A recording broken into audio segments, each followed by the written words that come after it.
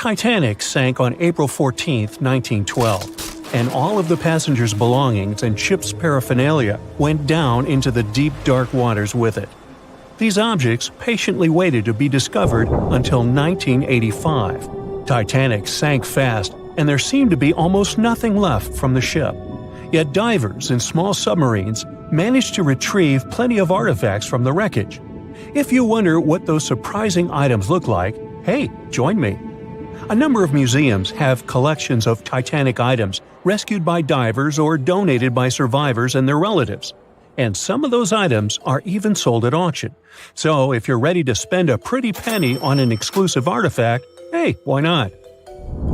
The first artifact on my list is a pocket watch belonging to a Titanic passenger, John Chapman. John and his wife Elizabeth were on their honeymoon.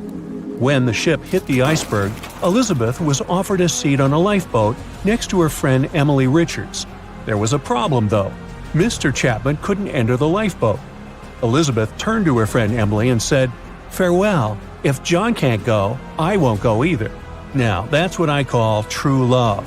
After a short time, the ship went under. If we step back and return to Chapman's pocket watch, we'll notice one more heartbreaking detail. Experts believe the watch stopped around the time the ship finally submerged. Do you remember the iconic scene in the Titanic movie where the ship's band continued to play while the ship was sinking? The violin, played by the real musician, was sold in an auction for $1.7 million in 2013. They say the band played Nearer My God to Thee as the ocean liner sank. Since we started talking about the band, we might as well shed light on a piece of music found on the ship. It was the song Put Your Arms Around Me, Honey. Considering the fact that paper gets ruined almost instantly when it meets with water, it's a miracle to see those documents. Another saved paper document is the lunch menu. The first-class passengers wore their beautiful dresses and enjoyed their meals without knowing that it was their last lunch. This unique item was auctioned for $122,000. Meals were offered based on class. For instance, a first-class passenger would eat roasted turkey with cranberry sauce, spring lamb, or baked haddock. In comparison, a third-class lunch consists of stuff like rice soup, fresh bread, roast beef, and brown gravy. There were also cabin biscuits, which the passengers would eat to diminish seasickness. It wasn't just the menu. A VIP ticket was also retrieved. The ticket number is still readable, 1342. Number 5 is Edwardian perfume samples. A chemist named Adolf Saalfeld stepped onto the Titanic with various perfume bottle samples. Why did he bring these samples with him? Well, Saalfeld planned to open a fragrance store in America. 61 vials of perfume sank with the ship. Luckily, their owner managed to survive and get there safely, but his samples sank and were only rediscovered some time ago by the divers. When we accidentally drop a plate, it usually shatters into pieces. Now, there's a question. Do you think an unbroken plate can be recovered from Titanic? The answer is yes. Original White Star tableware is proof. Apparently, each class of passengers didn't just get different meals, but was also served with different types of plates. The retrieved plates have a green and brown floral motif. The edges have a gold rim, and there's a logo in the center. By the way, they're sold at auction, and you can find them online. Let's carry on with touching personal stories. The love story of Rose and Jack that we see in the movie is fictional, but the ship surely witnessed many romantic tales. Here's a love letter to prove this. The messages tell us a story about how life was on the ship during the last few days. It was written by Kate Buss on April 10th. She mentioned how seasick she felt and other things, such as she was supposed to go to dinner in a half an hour. This letter wasn't the only letter divers took to the surface. For example, there's the letter Esther Hart wrote to her little daughter Ava. It was sold at auction for £119,000. This letter is probably the last letter written on board, since it was completed only 8 hours before the tragedy. The letter is not that damaged because it was in the pocket of Esther's husband's coat. Another letter we can mention is Dr. John Simpson's letter. Those words were the last words that he wrote to his mother. Let me introduce you to Edith Rosenbaum. She was on the ship with her lucky toy pig. Edith had been severely injured in an accident before she sailed on the big ship. The toy was a present from her mother as moral support for her recuperation process. It was actually a music box in the shape of a pig. Edith used it to calm frightened young people in the same lifeboat. The next item on the list is the scout whistle of Lillian Winifred Bentham. She was a second-class passenger. On that terrible night, Lillian was in her stateroom. She didn't believe that the Titanic could sink. After all, it was the unsinkable ship. Her friend came to her and convinced her to hop into a lifeboat. Only then did she realize how serious the situation was. Moments later, she saw the ship break into two parts. As the lifeboat floated into the night, Lillian saw a crewman who was also rescued. Without a second thought, she wrapped the man with her fur coat. It was freezing, so she probably saved the man's life by doing that. The young man wanted to thank her for her kindness, so he gave Lillian a scout whistle. It was the whistle he used throughout the night to call for help. This pair of white gloves is one of the rarest artifacts recovered from Titanic. These cotton gloves belong to a gentleman. The owner's identity is unknown. Fabric can't last underwater for decades, but these gloves look fine, and you can still see the fine detailing and elegance. An alarm bell has also been found. Yes, that's the famous bell, the one that rang to warn people about the iceberg. Frederick Fleet and Reginald Lee were on lookout duty the night of the accident. Both of them survived. Fleet was the one who saw the iceberg before the ship struck it. What's ironic is that Fleet and Lee didn't have access to binoculars.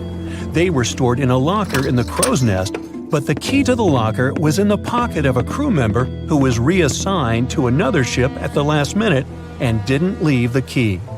They could have seen the iceberg sooner if they had had pairs of binoculars. If they had had it, the Titanic could have gotten out of the way. Divers discovered not just belongings of passengers or the crew, but also pieces belonging to the ship itself. Our next artifact is the Grand Staircase. Some parts of this iconic structure are recovered from the wreck. Turns out that this staircase became a meeting spot among first-class passengers. If they wanted to visit the Turkish baths for a spa day or eat dinner, they met at the staircase and went together. This staircase was a sign of how luxurious some parts of Titanic were. Another miraculously saved object that belongs to the ship is its plan. It was one of the most expensive artifacts sold at auction. The plan is around 30 feet wide. What else? The logometer was also discovered. It's a device used to check the sailing speed of the ship and the distance it covers. The experts say that from the start at noon on April 14th, the device logged 268 nautical miles. And there's more. A giant chunk of hull, known as the Big Piece, was also found. This fellow weighs 15 tons. The larger portholes were for the cabins, and the smaller ones were for the restrooms. This piece was found in 1994, but it was in 1998 when it was successfully taken out. After all these years spent underwater, it was swarming with sea life. Still surprisingly, the portholes still had glass. Now, let's assume you were a diver and you could only take out one of these objects. Which one would you pick? It's April 10th, 1912, a sunny spring day. You're one of the first-class passengers aboard the Titanic, just as the ship is about to depart from Southampton. Imagine everyone's excitement, fresh spring air, the sounds of the sea. You're strolling along the highest deck of the Titanic when you notice several lifeboats. As you start counting the boats, you recall the ship's capacity. It's just over 3,000 people. Wait, but are there enough lifeboats for everyone aboard? Let's look into the numbers. The Titanic could carry a needed total of 64 lifeboats, a number which could have easily helped to save all the passengers on board. Chief designer Alexander Carlisle planned to equip the ship with 48 lifeboats, but the Titanic ended up with a mere 20. The fact that this number of lifeboats wasn't enough for all the passengers was not illegal at the time. This was because the number of lifeboats required was calculated based on the tonnage of a ship, not her passenger capacity. Speaking of the Titanic, This number of boats was chosen for aesthetic reasons, to make the decks look less crowded to the ship's elite and high-class passengers. After the final decision on the lifeboats was taken, Carlyle quit his job. Passengers' strolls on the Titanic's decks were pleasing to the eye, but were they worth it in the end? In 2012, a century after the wreck, new documents related to the scandalous lack of lifeboats were uncovered. It appears that a safety inspector named Maurice Clark proposed the addition of at least 10 more lifeboats 5 hours before the ship was supposed to set sail. But since the ship's owners clearly wanted to leave on time, his plea was overlooked.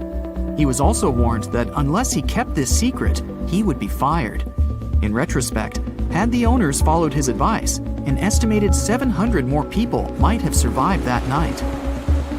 The 20 lifeboats you counted, those that actually made it on board, could have carried only a third of the passengers, even at their full capacity. But tragically, some of them were launched with as few as 12 people when they could have easily saved up to 65 people each. To add to the disaster, the Titanic's crew members were not properly trained on using the lifeboat launching equipment. That's why the boats were launched slowly, improperly, and sometimes without the right supervision. Out of the 20 lifeboats, only 18 were set afloat correctly. Also, passengers were not informed about safety measures. A lifeboat drill should have taken place on the 14th of April, but the captain eventually canceled the event. One of the many myths surrounding the Titanic and its catastrophic ending is also related to the lack of the necessary number of lifeboats. There was no maritime law at the time that said women and children should get into lifeboats first. But it was a universally accepted custom in such types of situations as a shipwreck. Shortly after the Titanic had sunk in the icy Atlantic waters, rumors started to spread. It was said that some desperate men had resorted to dressing up as women in those final moments before midnight on April 14, 1912. They wanted to get a spot on the lifeboats and have a chance to save their lives. At the same time, there's little to no evidence that any of the male passengers of the Titanic had actually done this. In any case, what happened to those 20 lifeboats that were on board the Titanic after the ship hit the iceberg? What we do know is that all these boats were launched between 12:40 a.m. and 2:15 a.m., with a total of 718 people on board. By the time they were rescued by the RMS Carpathia at about 4 a.m. the same day, only 705 people had remained alive. It took the crew of the RMS Carpathia more than 4 hours and 30 minutes to pick up all the passengers and 13 of the lifeboats. This was as many as the rescue ship was allowed to carry. The rest of the now empty lifeboats were left adrift at sea. Those salvaged were later given back to the White Star Line, the British shipping company which operated the Titanic. Strangely, after being returned, they appeared to have vanished from official records. The last image ever taken of the 13 surviving lifeboats was of them getting unloaded in the New York harbor. Sadly, and ironically, that's where the Titanic was supposed to be on April 18, 1912. The lifeboats were then rid of their Titanic nameplates or any other markings that could have linked them to the ship. Some sources claim that the boats were eventually destroyed. But was this actually the truth? The fate of one particular lifeboat has been the source of much debate. Collapsible Boat A, the last one to leave the ship, was retrieved by the RMS Oceanic a month after the crash. At that time, it was a shocking 200 miles away from the spot where the Titanic had sunk. Also, in the boat, there was a wedding band engraved with the words Edward to Gerda, a sad omen to a couple that were lost at sea after managing to escape the sinking Titanic. Later identified as Edward and Gerda Lindell, the couple was traveling from Sweden to the U.S. to relocate. Some accounts claimed that Mr. Lindell did, in fact, make it to Collapsible Boat A, but his wife wasn't as lucky. Neither were ever seen again, and the wedding band was eventually sent to Gerda's father. The recovery of Collapsible Boat A was recorded in both photographs taken by the crew on board the RMS Oceanic and by a detailed handwritten account of a fellow passenger. They claimed that the lifeboat had looked more like a piece of wood carried by the waves than an actual boat. The first lifeboat to depart from the Titanic was Lifeboat Number 7. It was dubbed the Millionaire Lifeboat. It's rumored that the 12 passengers on board might have bribed the crew to row away to safety instead of allowing others to jump in. In 2015, some of the items recovered from this lifeboat, including a lunch menu, a ticket, and a letter from one of the passengers, were auctioned for up to $70,000 by a New York auctioneer.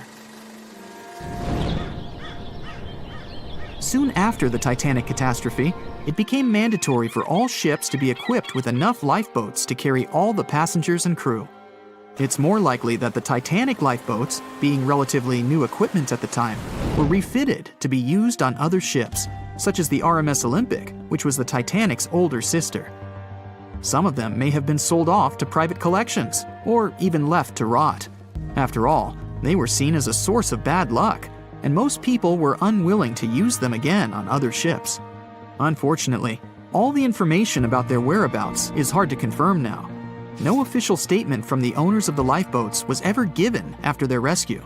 But although nothing appears to have remained of the original lifeboats, some full-sized replicas exist on display in museums in Falmouth, England, and Belfast, Northern Ireland. One of the few surviving White Star Line lifeboats did not, in fact, belong to the Titanic, but it did have a striking connection to the cursed ship. This boat is the restored Lifeboat 6 from the RMS Oceanic, which helped to recover Titanic's collapsible Lifeboat C. It was said to be owned by a private collector, but similar to the Titanic's lifeboats, we don't know anything about its location today. As for the nameplates and other identification marks of the lifeboats, the White Star Line seems to have kept them. Because some of these items were later auctioned and sold to interested collectors, even Rick Springfield supposedly got hold of one of the nameplates. One particular nameplate was already missing by the time the White Star Line employees had reached the lifeboats. It was the nameplate of Lifeboat Number 8, which had been taken by a sailor named Thomas Jones. He later gifted it to another Titanic survivor, the Countess of Rothes, along with a letter acknowledging the bond they formed on the night of the shipwreck.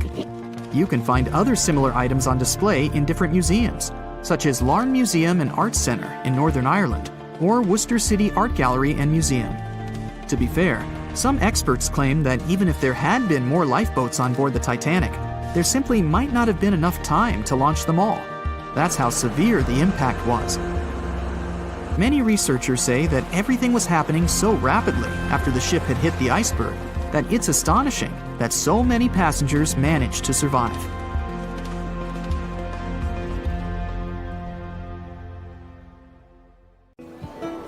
On April 10, 1912, crowds gathered at Southampton Beach to wave off what was, at the time, the world's largest and most prestigious ship, the RMS Titanic.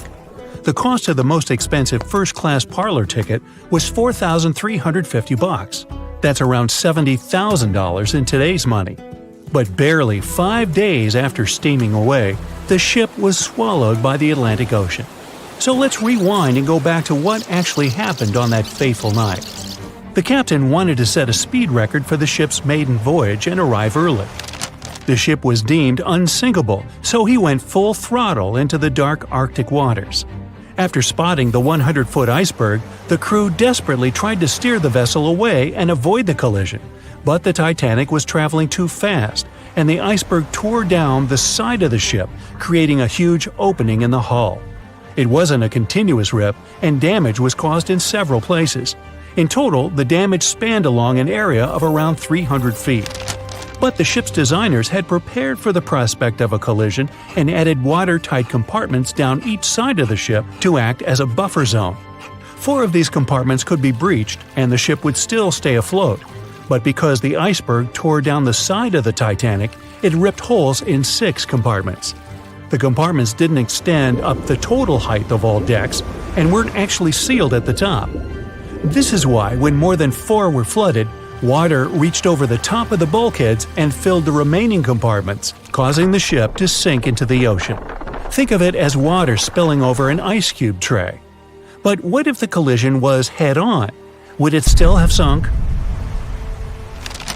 Ships are designed with potential crashes in mind, and most vessels have collision bulkheads in the bow. Most of all, it's like your car's bumper or crumple zone. It's a safety feature that can withstand a direct hit.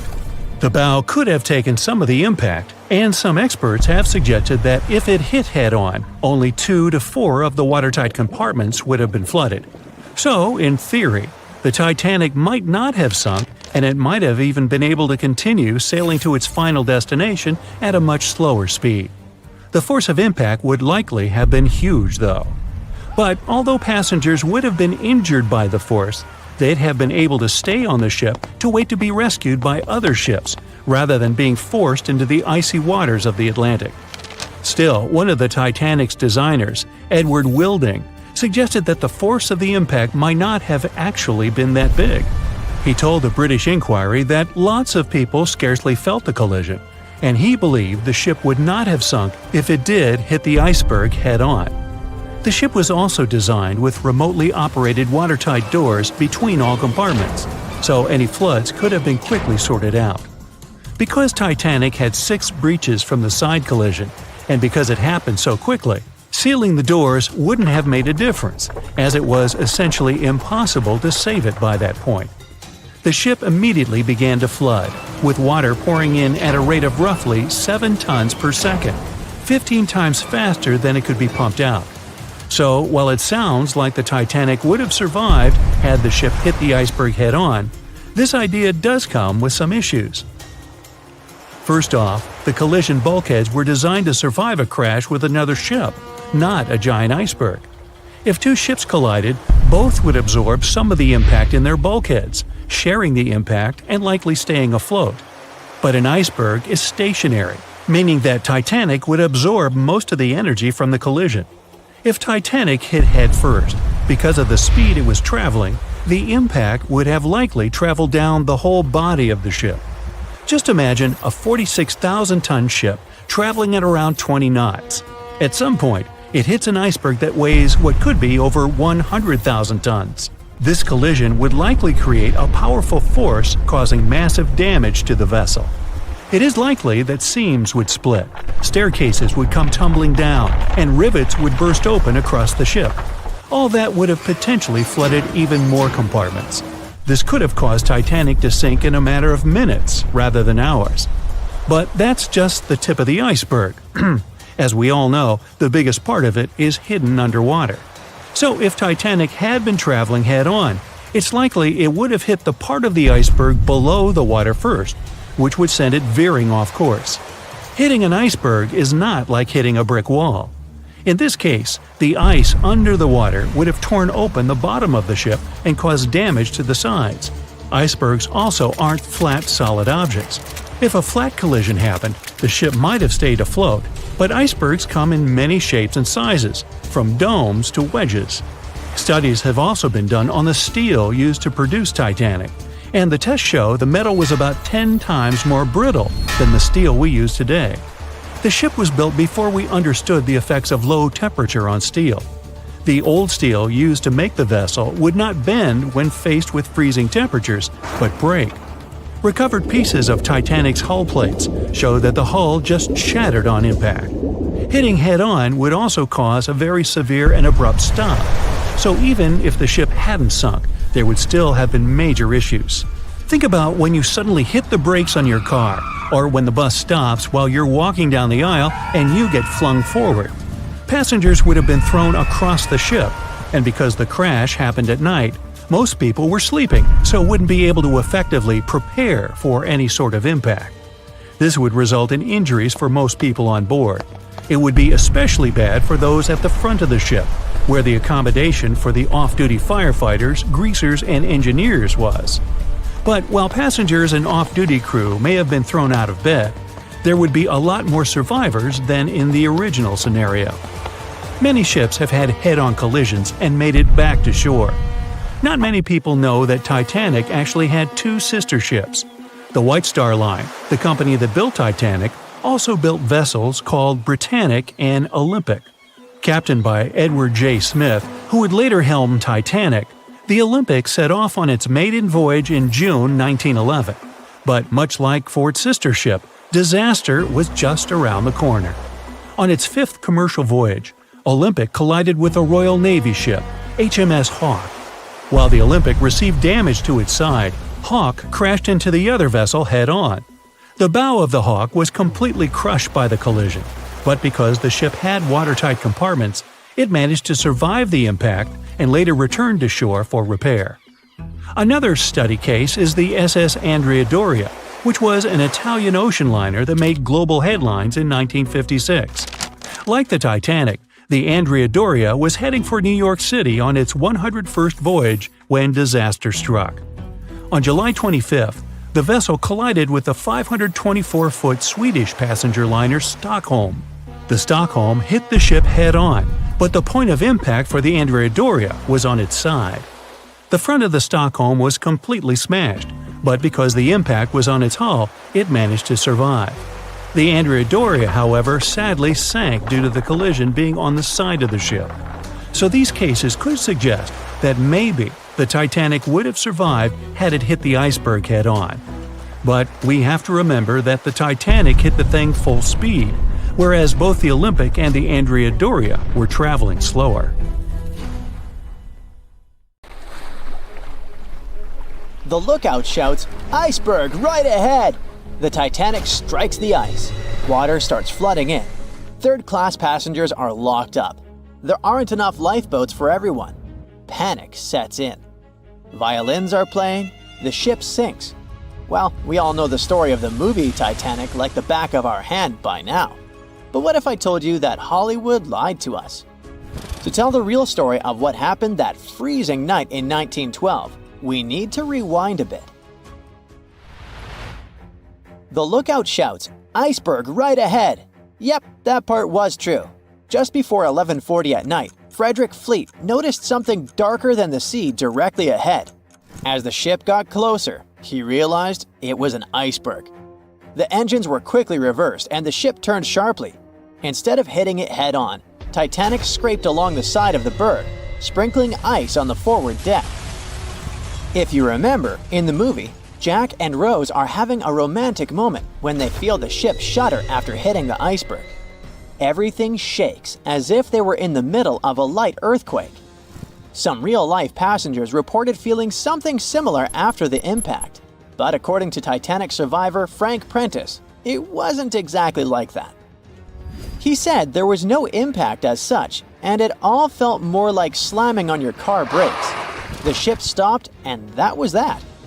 Some people even slept right through the collision, confirming that there wasn't such an abrupt impact. Mr. Prentice, curious about what had happened, left his cabin and went out to the deck. When he got there, all he could see was a little ice on the surface, not the towering iceberg that Jack and Rose saw.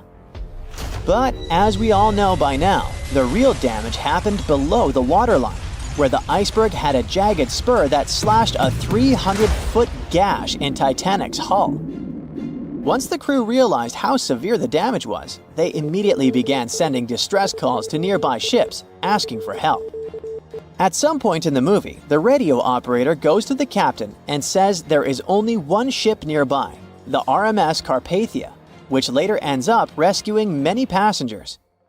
But in real life, there were more ships around. It's believed that the SS Californian was only about 23 miles away. This ship might have actually seen the Titanic sinking, or at the very least, seen its rockets exploding high in the sky. Yet, for reasons we will never fully understand, they didn't try to help. Let's get back to the story. Now, people need to get off the ship. At 12:45, lifeboat number 7 was the first to be lowered. Just like in the movie, women and children were told to go first. But in reality, some women were hesitant and even refused to get into the lifeboats. Mr. Prentice said this happened mainly for two reasons. First, these lifeboats were high and passengers were terrified of the 70-foot drop from the deck to the ocean below. And second, most women didn't believe the Titanic would actually sink. It was called unsinkable after all. So the idea of getting into a lifeboat seemed pointless at the time. This mindset probably explains why Eloise Smith, a first-class passenger, recalled that there was no panic or chaos at first. Other survivors backed this up, saying that no women or kids were crying. But one thing that was indeed concerning, at least for the crew, was the possibility that the lifeboats might buckle under too much weight. This is one of the theories why the first few lifeboats left carrying only a fraction of their full capacity. Like lifeboat number 7, which only carried 27 people in it, even though it could hold up to 65. In total, Titanic had 20 lifeboats, which could carry about half of the 2,200 people on board that night. But that didn't happen. And now we know the passengers had no idea there weren't enough for everyone. As women were calmly getting into the first lifeboats, musicians headed up to the deck. Their only goal was to play and keep the passengers calm. That's a pretty well-known fact. But the real story is that some survivors said they never saw or heard the band. No violinists whatsoever. It's not like Hollywood misled you, though. The musicians did play for over 2 hours after the ship had hit the iceberg. So maybe these passengers were just too panicked to notice the songs, or the musicians started playing later than we think. Now, it's time to talk about the terrible treatment that third-class passengers received. The movie portrayed the crew as cruel, locking the less fortunate below deck like animals, giving them no chance to reach the lifeboats and save their lives. But the official inquiry into the disaster suggested that wasn't true. I mean, yes, fewer third-class passengers survived compared to those in first and second class, but there were other factors at play. Many third-class passengers were reluctant to leave the ship, clinging to their belongings, and had a harder time making their way up from the cabins, which were at extreme ends of the ship. Some survivors confirmed that they were not locked up. In fact, it was quite the opposite. Mrs. George Wabi, a Lebanese woman traveling in third class, said that when chaos had erupted, some brave crew members and well-dressed first-class passengers had actually helped her get up to the first-class deck and eventually onto a lifeboat. At first, the Titanic was sinking slowly, bit by bit. Passengers reported seeing the water rising and hearing pops and cracks. Then, there was a loud boom. Some said there had been just one explosion, while others described it as a series of smaller explosions, which they'd thought had been the bulkheads giving way. And there's also a group of people who said they had only heard a rumbling sound. So not everyone agreed on the sound they had heard, but one thing is a fact. By 2:18 in the morning, the lights on Titanic went out, and the ship plunged into complete darkness. As the bow continued sinking, the stern rose out of the water, putting immense pressure on the middle of the ship. This caused the Titanic to break in two. In James Cameron's movie, this moment is pretty dramatic, with the ship sinking almost straight down into the water. But in reality, the break probably happened at a much lower angle, likely just below the waterline. Even so, it tilted enough that people couldn't stay on their feet and started sliding into the water. One interesting thing is that it wasn't until the wreckage was found in 1985 that it was finally confirmed the Titanic had broken apart. Up until then, survivors had given conflicting stories. At least 8 survivors claimed they had seen the ship split. Emily Ryerson, a first-class passenger, described it as if the Titanic had been sliced in half with a knife. But there was also a small number of witnesses that insisted Titanic had gone down intact. At the time, this theory was more accepted because most people still didn't believe that the supposedly indestructible ship could break in half. So why the conflicting reports? Okay, so what you don't see in the movies, for obvious reasons, is how incredibly dark it was when the tragedy happened. It was like being in a room with no light, where you can only make out shapes and shadows. That's what it was like on the lifeboats.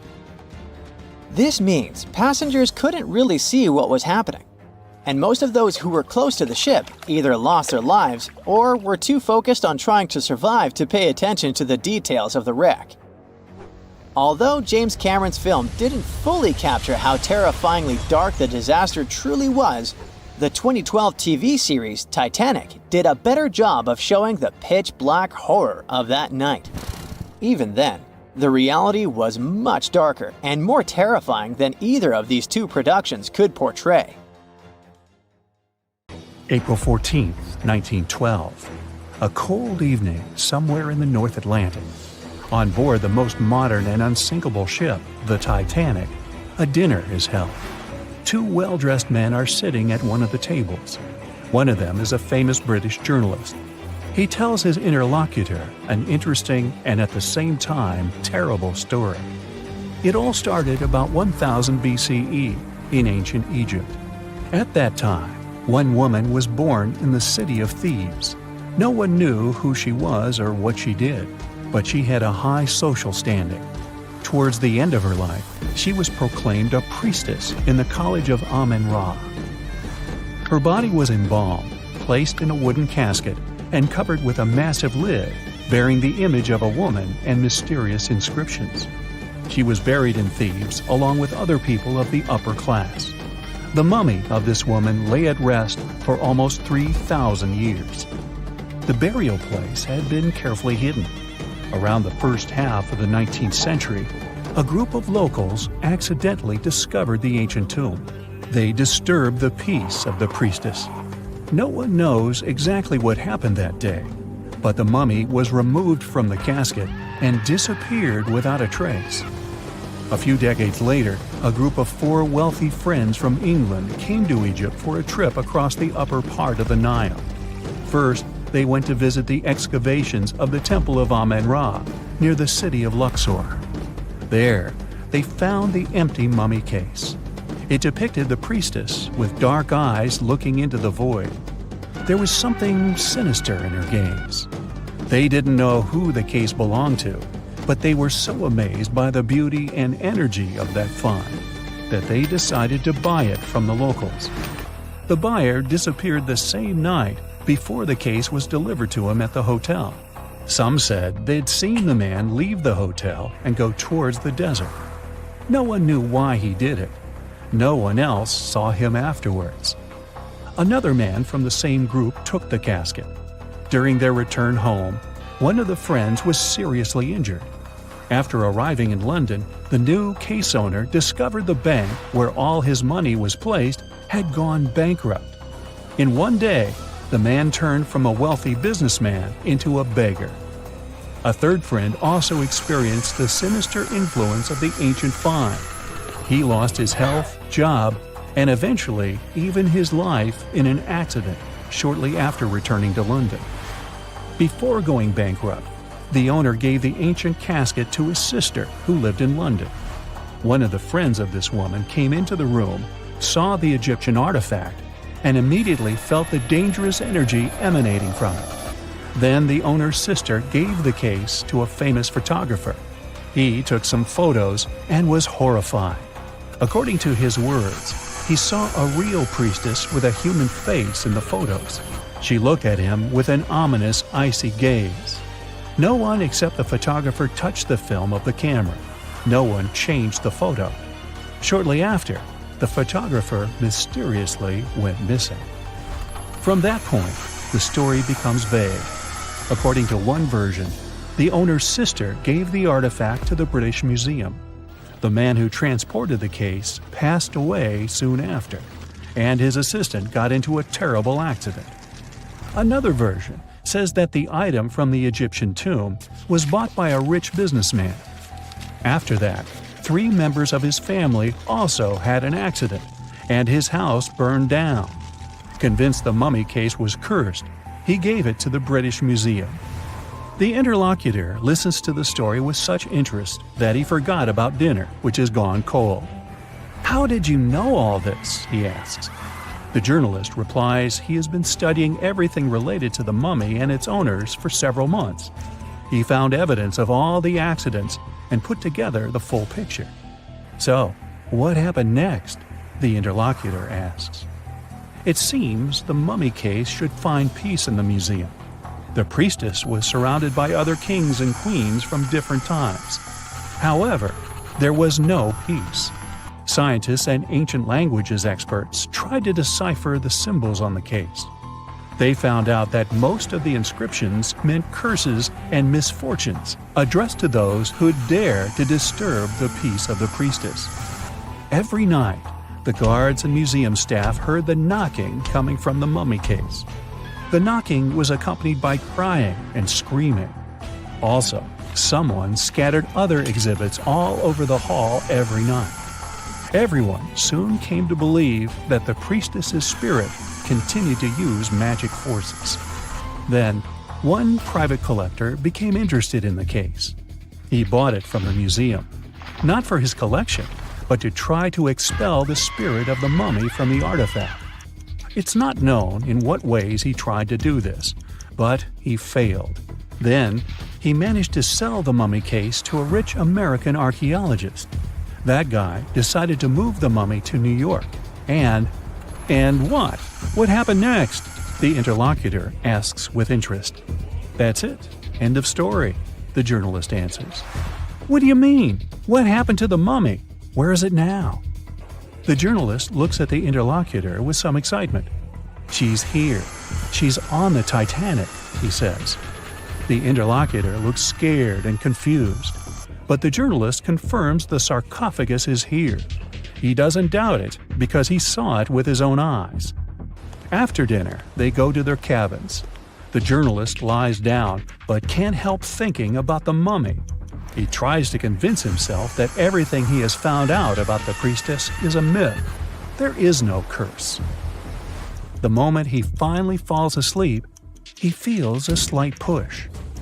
A few minutes later, a crew member knocks on his cabin door. He informs that all passengers must go to the upper deck because something has happened to the ship. The journalist goes out into the fresh air and sees a huge crowd of people. There's no panic yet. Someone says that something has happened to the engine. Others say it's just a precaution. The journalist immediately understands everything. The ship is sinking. The priestess did it. In less than an hour, the Titanic completely went underwater. One legend says the priestess influenced the captain of the ship. The crew members didn't dare to put such a valuable cargo in the hold. Therefore, they placed the box with the artifact near the captain's bridge. On that fateful night, the captain decided to look at the casket with his own eyes. After that, his behavior became weird.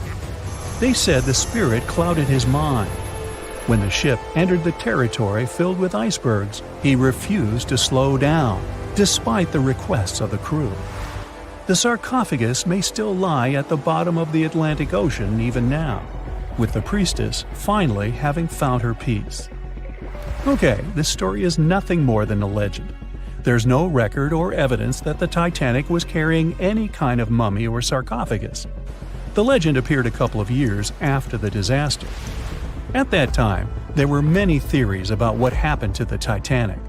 The ship sank because of secret agencies. ETs attacked the Titanic. The Titanic was sunk specifically to get money for the insurance company. Such crazy theories were very popular among audiences. One of these theories was developed by a well-known newspaper. Journalists published an article about the cursed mummy on board the Titanic. The rest picked up the legend and it became popular. One of the reasons why people believe in such things is hidden in human psychology. Any fake legend tells something secret, things that people don't or shouldn't know about. When a person reads this, they feel special because now they know a terrible secret. This sense of self-importance is the reason for the popularity of conspiracy theories. Well, it is also important to note that all these theories are really interesting. By the way, the mummy from this story actually exists, and it's in the British Museum. More precisely, there's only a wooden lid from the sarcophagus with the image of a woman. It's still unknown who it belonged to. The identity of the last owner is also unknown. It's only known the exhibit was transferred to the museum at the end of the 19th century. There, she was called the Unlucky Mummy. The museum staff reports that it doesn't bring any misfortunes. The screams and knocking from the lid are just a myth. You can come and see the exhibit yourself with your own eyes, if you dare, of course. John watched on in disbelief as he drifted away on a piece of wood. In the freezing waters of the Arctic, slowly drifting away. John looked upon the vessel he had worked and lived on as it raised its enormous bow high into the sky, then broke in half, causing a sound that only a crack of lightning could replicate. Distraught and dumbstruck believing that he, and he alone, knew the dark truth behind the demise of the unsinkable ship, the Titanic. 5 days earlier, as the Titanic set sail on its maiden voyage, John worked hard alongside his mates in the coal bunker, stocking up the coal to feed the Titanic's mighty furnace. They had stocked and stored more than John had ever witnessed on any other ship he'd worked on. But this was the Titanic, the grandest ship to have ever sailed the seas. On the Titanic, there could never be too much coal. As they left Belfast and pushed toward Southampton, there was a large bang below decks that went unnoticed. The furnace was roaring and the turbines were spinning, pushing the Titanic forward at a quickened pace. The crew cheered as the vessel moved forward, unaware of the loud, concerning noise. Arriving in Southampton, Greg came aboard, amongst hundreds of other passengers. With 13 years at sea, his vast experience included the role as a quartermaster on 6 previous ships. Ready for a new challenge aboard the greatest vessel ever made, he was looking forward to this next challenge of his career. Greg came with a wealth of experience, especially with sailing through the Arctic. His role was vital within the crew, understanding the seas around the North Pole.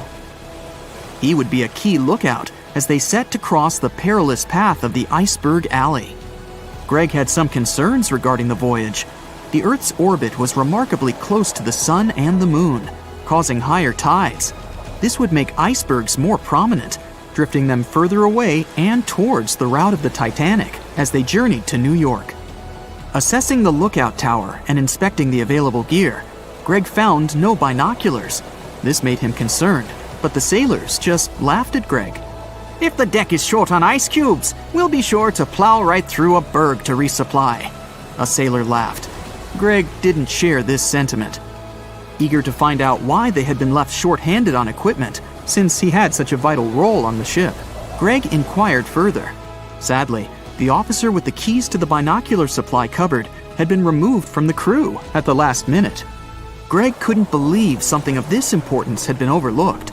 For such a mighty ship with so many people aboard and crossing in a particularly perilous path, this just didn't make sense. But not wanting to be fined for breaking into the ship's property, Greg let it slide, hoping that they wouldn't need the binoculars in the end. Ultimately, if there were icebergs expected, a warning call would be made to the captain, informing of any concerns. Little did Greg know that a warning had been received, notifying of the dangers that awaited. But the telegram didn't provide the required prefix, which would have ensured direct delivery to the captain. So, the critical warning was just overlooked. John and his crew below decks prepared for departure, stoking the engines. He noticed an essence of thick exhaust, far too heavy than what would be expected from the furnaces. The crew searched throughout the lower decks. Following a thorough search, they managed to locate the cause of the exhaust. It was an ignited pile of coal within a coal bunker. Unknown when it had ignited, a buildup of coal had clearly been smoldering, slowly growing in size. The amount of smoldering coal was concerning. The alarm was raised, alerting an officer to review the matter. The officer assessed the damage and confirmed with the captain that it was deemed to be of little concern, as only minor damage had been caused. John was unsure of this assessment, as he knew that in confined spaces, surrounded by iron bulkheads, an oven-like environment arises that intensifies the heat with time. But the Titanic would power forward, making no sense to John as they had only just departed from Southampton. He was sure they would have turned back. John and his crew were ordered to shovel the already lit coal into the furnace and continue shoveling until all the smoldering contents would be contained. It was a possible but painstaking task that could take the entire journey.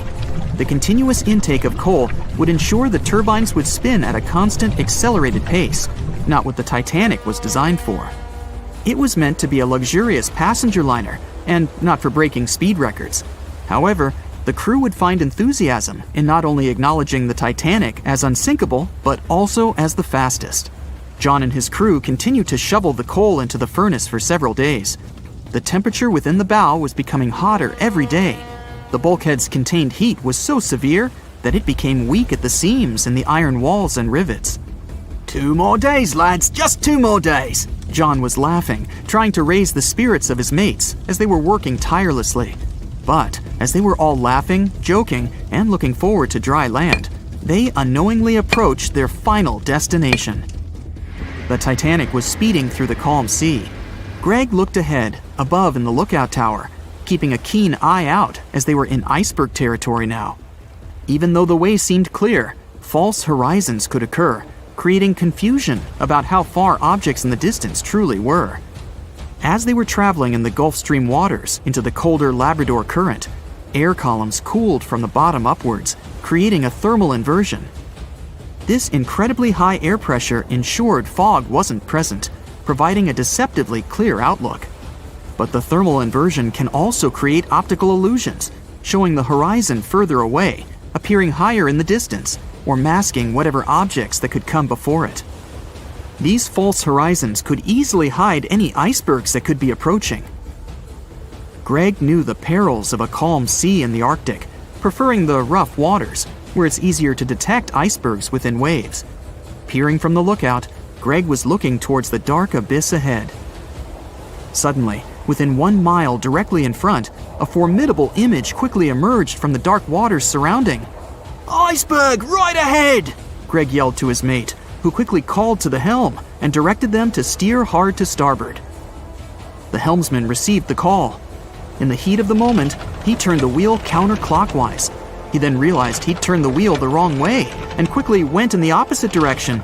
The ship aimed towards the iceberg, veering to the port side whilst reducing speed. Although there was a delay in turning the wheel, since there was a short distance from the signal and the fast pace that they sailed at, it may not have made a difference. As they approached the iceberg, it appeared as though they'd miss it, but over 87% of an iceberg is underwater. And as they came along the side, the hidden ice underneath hit the port side bow, piercing the side of the hull with a 12-square-foot tear. The ship shook, with all aboard aware that something was amiss. Amongst the confusion and fear, they were oblivious of the damage. As they gathered their bearings, 6 out of 16 compartments were quickly filling up with seawater. The hull could only withstand 4 compartments filling before sinking. Time was ticking as the Titanic made its descent into the depths. The weakened bulkhead with heated steel pillars and rivets broke under the pressure and sudden change of temperature from the ice-cold water. The call was made to abandon the ship. Lifeboats were prepared to be released, while help signals were sent out to nearby ships. The radio operator was guiltily sitting, constantly calling out to a nearby ship that had been in contact with the Titanic recently. There was steady communication with this ship over the past few days, providing warnings of icebergs since the Titanic departed from Southampton. The final warning message received was just 1 hour ago. Upon receiving the final warning, the operator ignorantly responded, "Shut up," with the assumption that their warnings of icebergs were pointless. Following this unfortunate response, the ship turned their radio off and provided radio silence. The closest ship that was responding to their distress signals was 500 miles away, too far to provide any assistance in time. There were countless mistakes that caused the Titanic's watery end, whether they contributed directly or from sheer ignorance. The most tragic of them was the number of people aboard the ship, 2,224 of them. There were only enough lifeboats provided to rescue 1,178, barely half of the people. April 14th, 1912. The Titanic crashed into a huge iceberg and sank. Yep, we've covered that. But what if this time we use the ice to bring the ship to the surface? This requires several thousand feet of wire mesh and a lot of liquid nitrogen. Our goal is to put the Titanic in a huge block of ice that will raise the ship to the surface.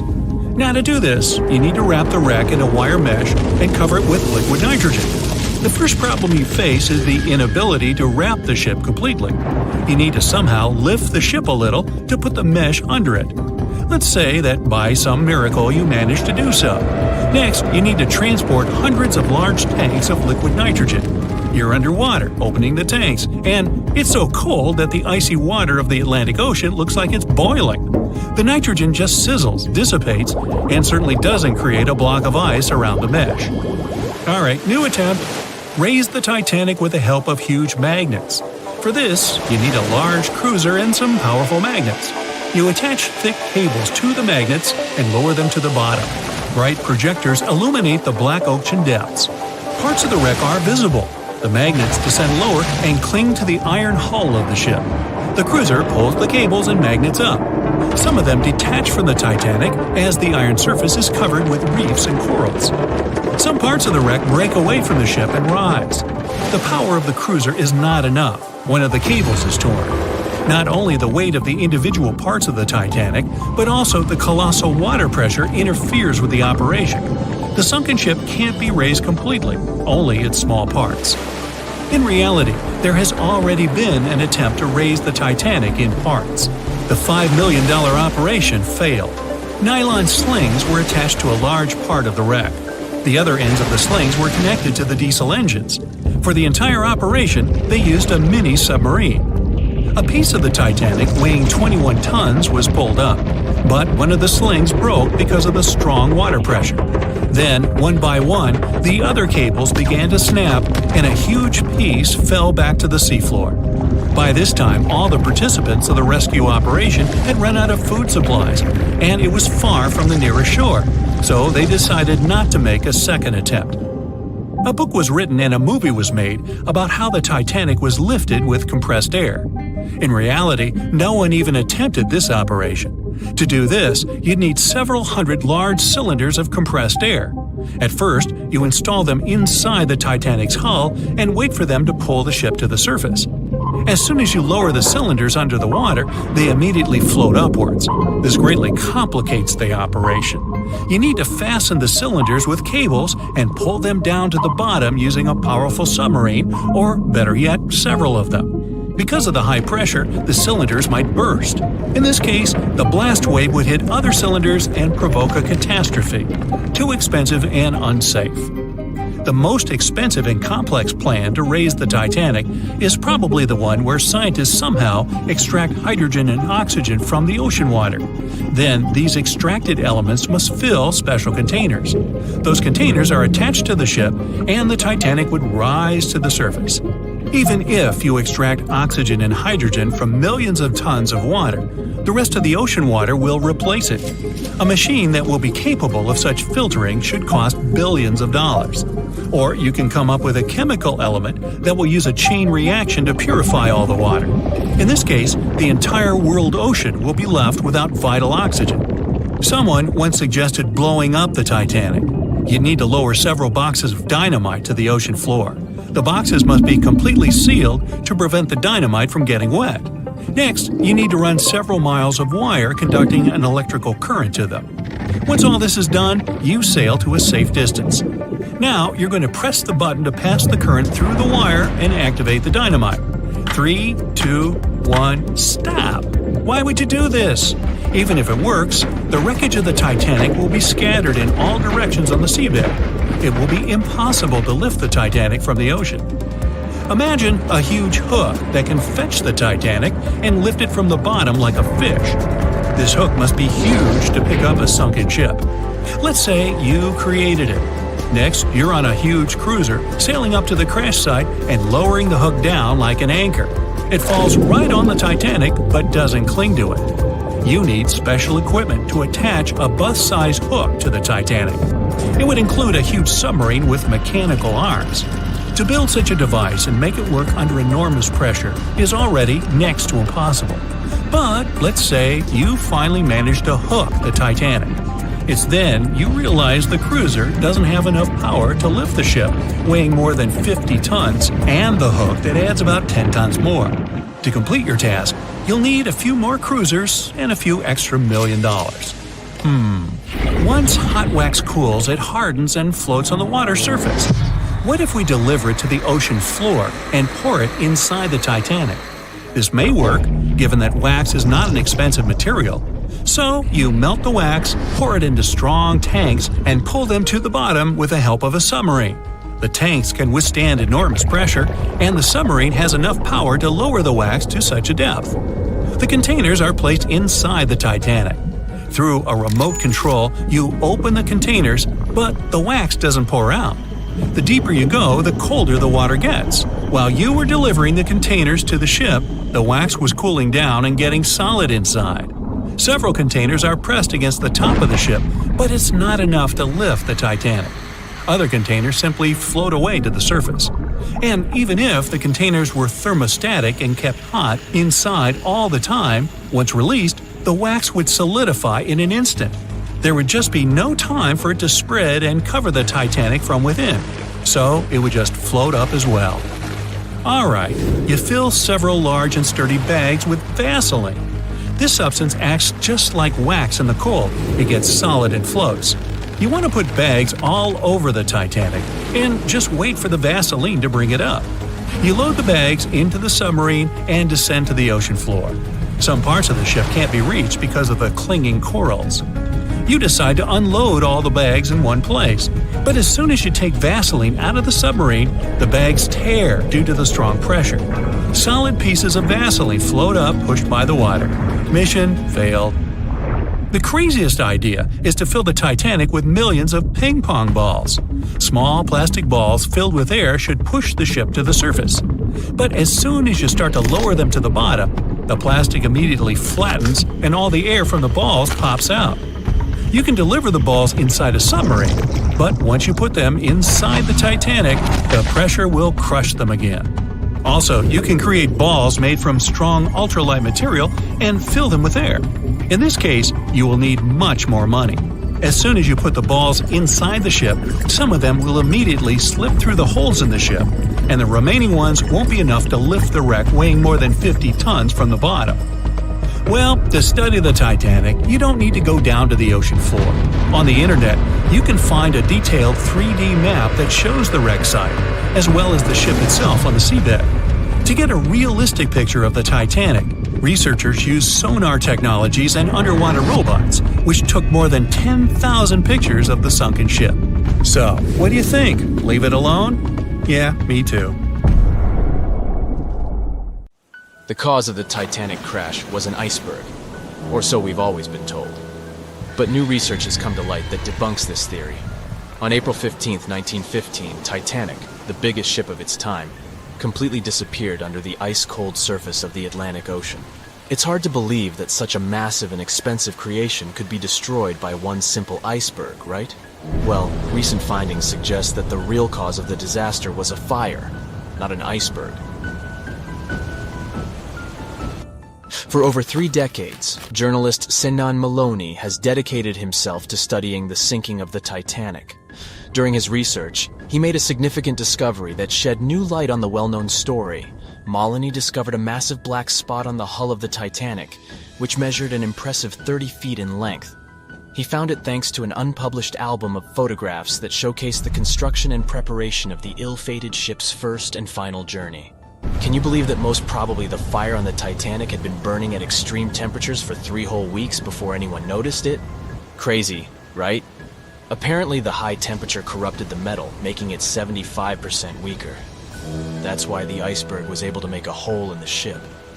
If not for the fire, the Titanic might have survived the crash because the iceberg apparently hit the exact spot we are talking about.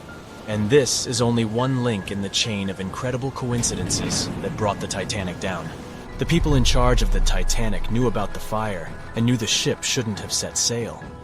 But they didn't want to go bankrupt and cancel the trip, especially since there was a coal shortage due to miners being on strike.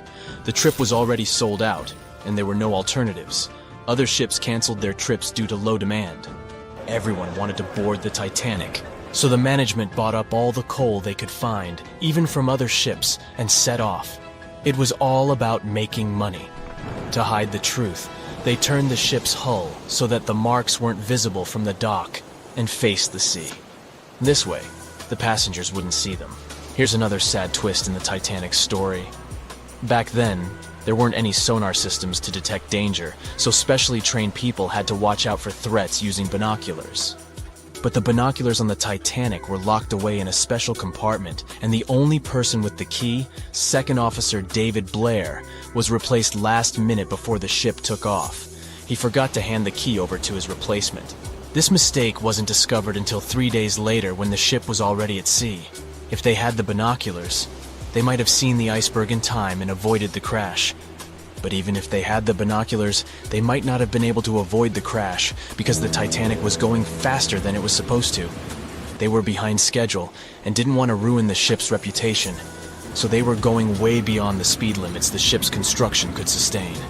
One of the biggest mistakes made on the Titanic was the decision to not include enough lifeboats. Even though the ship needed around 60 of them to contain all the passengers, it was only equipped with 20. The designer, Alexander Carlisle, had initially planned for 48 lifeboats, but this number was reduced for aesthetic purposes.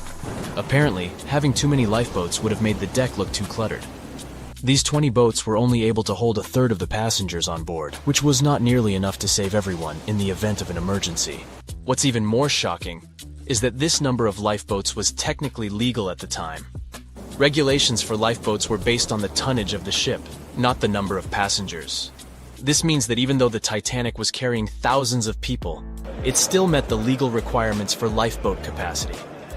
Another serious mistake made by the crew was the decision to cancel the lifeboat drill scheduled for the day of the disaster. Lifeboat drills were standard practice on ocean liners at the time, but for no apparent reason, Captain Edward John Smith chose to cancel it. This meant that passengers were not prepared for an emergency, and the crew was not adequately trained to handle the situation. When the ship hit the iceberg, chaos ensued, and it took over half an hour to launch the lifeboats instead of the usual 10 minutes. Some folks put the blame on Captain Smith for the fact that the first set of lifeboats left partially empty. The very first lifeboat, which had seats for 65 people, only carried 27 passengers. There is an objective reason for this. At the beginning, people were reluctant to abandon the ship and didn't understand the gravity of their situation. In 2012, researchers uncovered that Captain Smith failed his initial navigation exam. Although he eventually passed, some people wonder if this could have played a role in the disaster. During the Titanic's final moments, the crew attempted to send out distress signals to nearby ships, including the Californian. However, the Californian failed to respond to the flares shot into the sky, and the captain ultimately lost his job as a result of this negligence. However, recent research has exonerated the captain and proved his innocence. It turns out that light refraction, caused by layers of cold air below warmer air, created mirages that distorted the signals from the Titanic. This phenomenon had been observed by other ships sailing in the area and is now believed to be the reason why the lookouts on the Titanic missed the iceberg completely.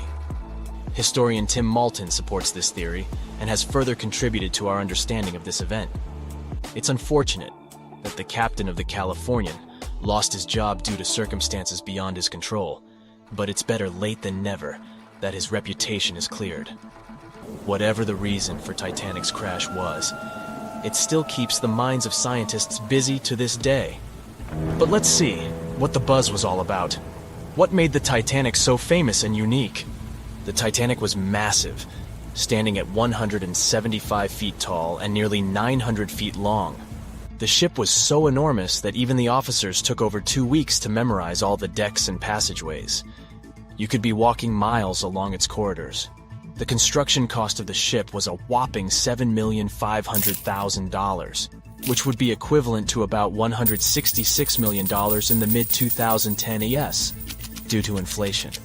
Interestingly, the production cost of the Titanic movie in 1997 was even higher at $200 million. Building the Titanic was no small feat, and it required a labor force of 3,000 men who worked 6 days a week for 26 months. The job was difficult and dangerous, and workers had to complete tasks at the height of a 20-story building without safety ropes. Nevertheless, they were paid a competitive wage of £2 a week, which was considered good pay at the time. The inside of the Titanic was inspired by the luxurious Ritz Hotel in London. The most impressive feature of the ship's interior was the grand staircase, which extended through 7 of the ship's 10 decks. The staircase was adorned with ornate paintings, bronze cherubs, and oak paneling. The first-class passengers had access to an impressive array of facilities, including a heated swimming pool, Turkish bath, gym, squash court, beauty salon, and even a stylist to help them prepare for dinner. First-class passengers on the Titanic were pampered to an extraordinary extent. They had their own onboard newspaper, the Atlantic Daily Bulletin, and even their dogs were taken care of with a special area where they could be fed, walked, and trained during the voyage. The first-class meals were a grand affair, with 13 courses and a different wine for each course. These dinners could last up to 5 hours, and they were certainly something to look forward to. With such opulence and luxury on board, it's not surprising that so many people were eager to take the first trip on the Titanic.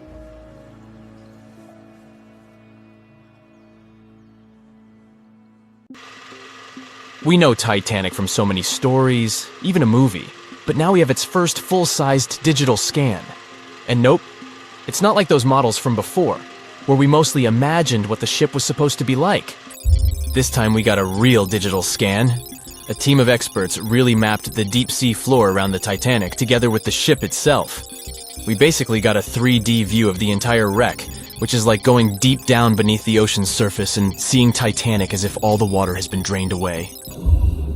So, the story of the wreck started in 1985, 73 years after the Titanic went down. The explorer named Robert Ballard stumbled upon it somewhere between 2 submarines that also went down in that area. He was actually on a different task back then, so he didn't even have time to explore the ship properly. But as he was searching for the submarines, he realized how ocean currents affect sinking debris. He noticed the heaviest objects sank quickly and left a trail of debris behind, the trail that followed the currents. Using this knowledge, Ballard made a hypothesis the Titanic had broken in two and left a debris trail as it sank. Before he found the wreck, everyone thought the ship just went down in one piece after hitting an iceberg. So everyone knew where the ship was so the adventure could start, or not. It was hard to explore it. The ship is enormous, and the dark depths of the ocean make it really difficult to capture its whole body in one go. So we mostly relied on glimpses of the decaying ship, and had to settle with teasing scattered parts of the whole picture and filling it up with speculations and stories. But in the summer of 2022, we finally got something different. A team of experts from Magellan Loaded, a company specializing in mapping the deep sea, teamed up with Atlantic Productions, who were making a documentary about the project. They embarked on a mission to capture the complete view of the Titanic. They used submersibles. Those are vehicles that go underwater, remotely controlled by a team of skilled explorers. These submersibles dove deep into the ocean. It wasn't an easy job. They spent over 200 hours collecting information about the entire length and breadth of the wreck. It was like a real-life treasure hunt. But instead of finding gold and jewels, they took something even more precious. Over 700,000 images of the Titanic from every angle possible. Yup, they took photos of every tiny part of the ship, even the not-so-interesting bits most of us would usually skip. Even mapping the muddy parts was an important part, because it helped fill in the gaps between the more exciting things they discovered. And this was a way for all of us to finally get a detailed 3D reconstruction. Even though it's been more than 100 years, you can still recognize the bow of the Titanic, covered in rust that hangs down like stalactites. On top of the bow is the boat deck, where a big hole gives us a glimpse into the empty space where the grand staircase once stood, like a window into the ship's glamorous past. Its stern is now a wild mess of twisted metal. As the Titanic went down, this part collapsed and spiraled into the seabed. The bow and the stern ended up separated by about 2,600 feet. There's a vast field of debris surrounding this giant, stuck on the seafloor.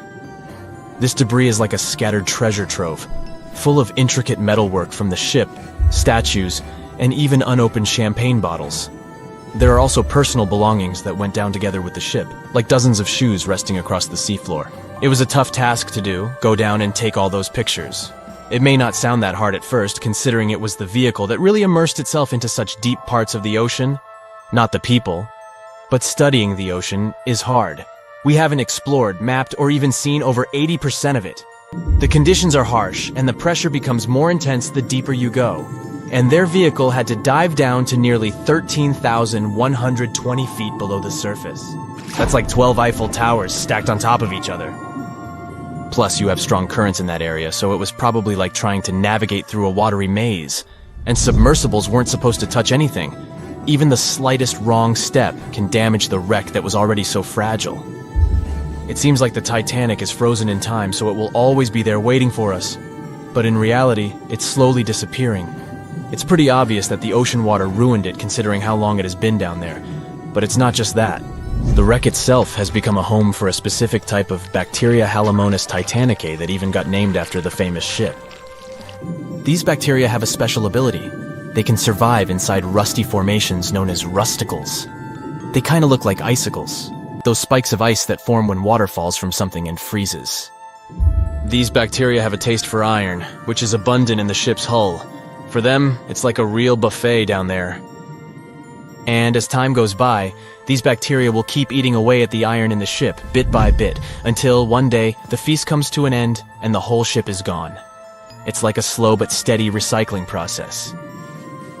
So this 3D model we got because of the hardworking team and technology comes at the best time because we never know how much time we have left with exploring the famous wreck.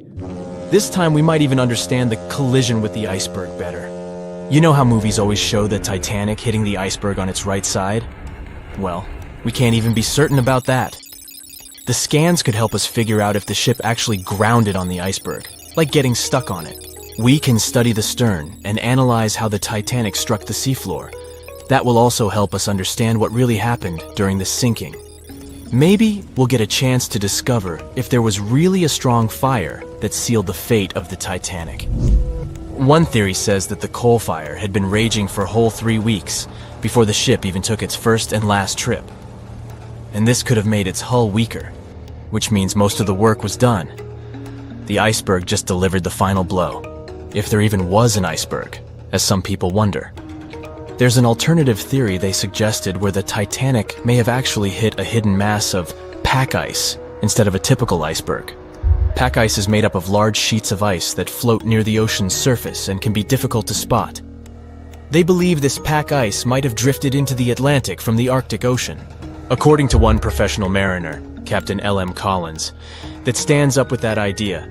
If the Titanic had struck a regular iceberg, the ship would have sunk much more quickly than it did.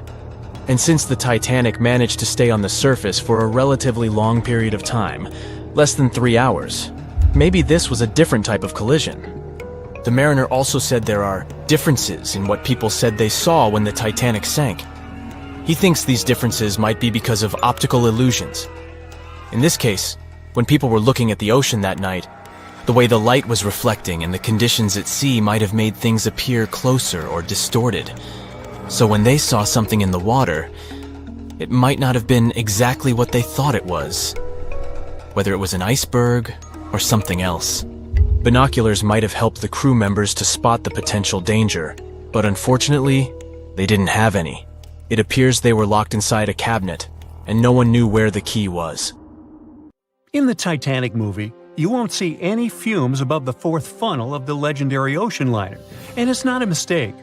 Back in 1911, the year before the Dream ship's departure, large ships would mostly sail with 4 chimneys. They needed those to draw heat and fumes from their massive boilers. The Titanic was a real engineering gem that only needed 3 chimneys to function. So the 4th was added for balance and more impressive looks. The White Star Line thought the public would have been disappointed to see only 3 pipes on the greatest ship of all time. The Titanic's sister ships, the Olympic and the Britannic, also had 1 fake funnel each for the same reason.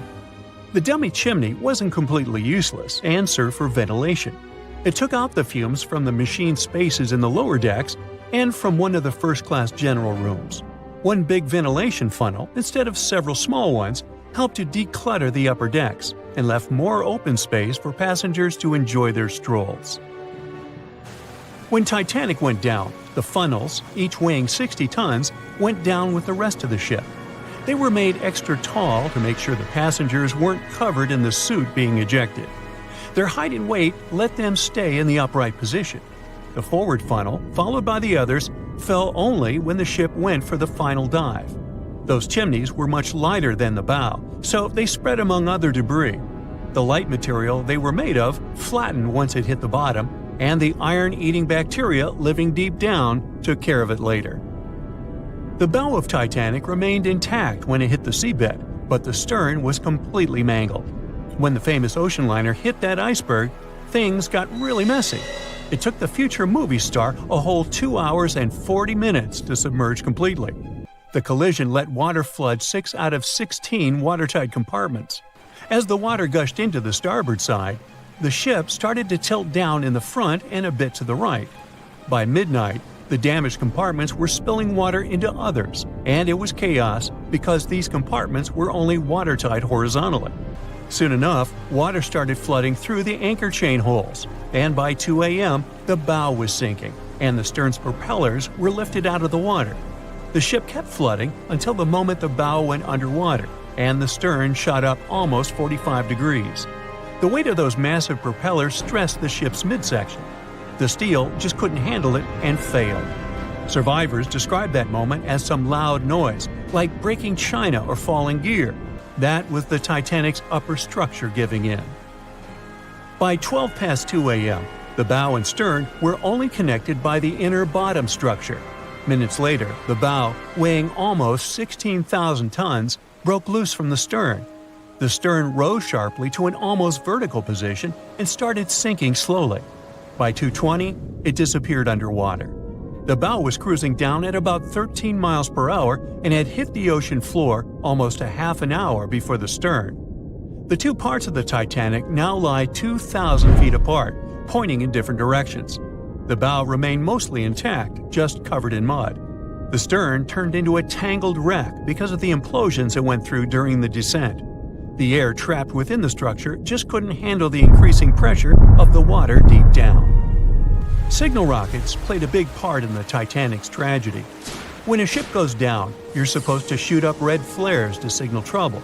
But someone decided to stock Titanic with white lights instead of the usual red ones. So when the ship smacked into that iceberg, the crew fired off white flares.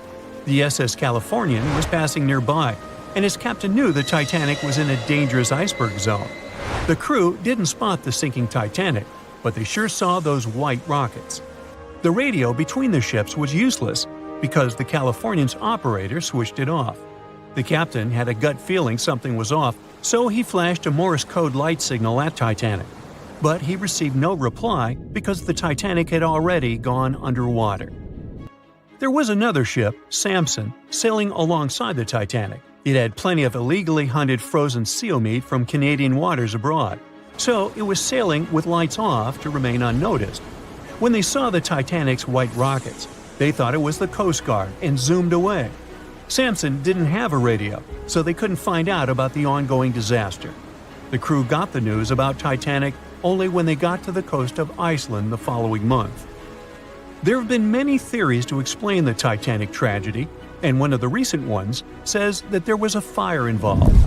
An Irish journalist went full detective for decades, digging into the mystery, and stumbled upon a game-changer. He came across a photo album that had been hiding from the public for a century after the tragedy. In the pictures, taken at the Harland and Wolff shipyard in Belfast, Northern Ireland, just over a week before the liner sailed, you can clearly see a massive 30-foot black spot on the ship's hull. Maloney researched the photos and eyewitness testimony from the time and claimed that a fire spontaneously broke out inside of one of Titanic's enormous coal bunkers. It was raging for a whole 3 weeks and messed with the metal, critically weakening a crucial segment of the ship's hull. Back then, most ships had just one hull, so it was the only skin the Titanic had. That's why the iceberg managed to punch a hole through the ship so easily. If it hadn't been for the fire, the Titanic might have shrugged off that iceberg collision. The company operating the liner knew about the fire, but they decided to conceal that fact.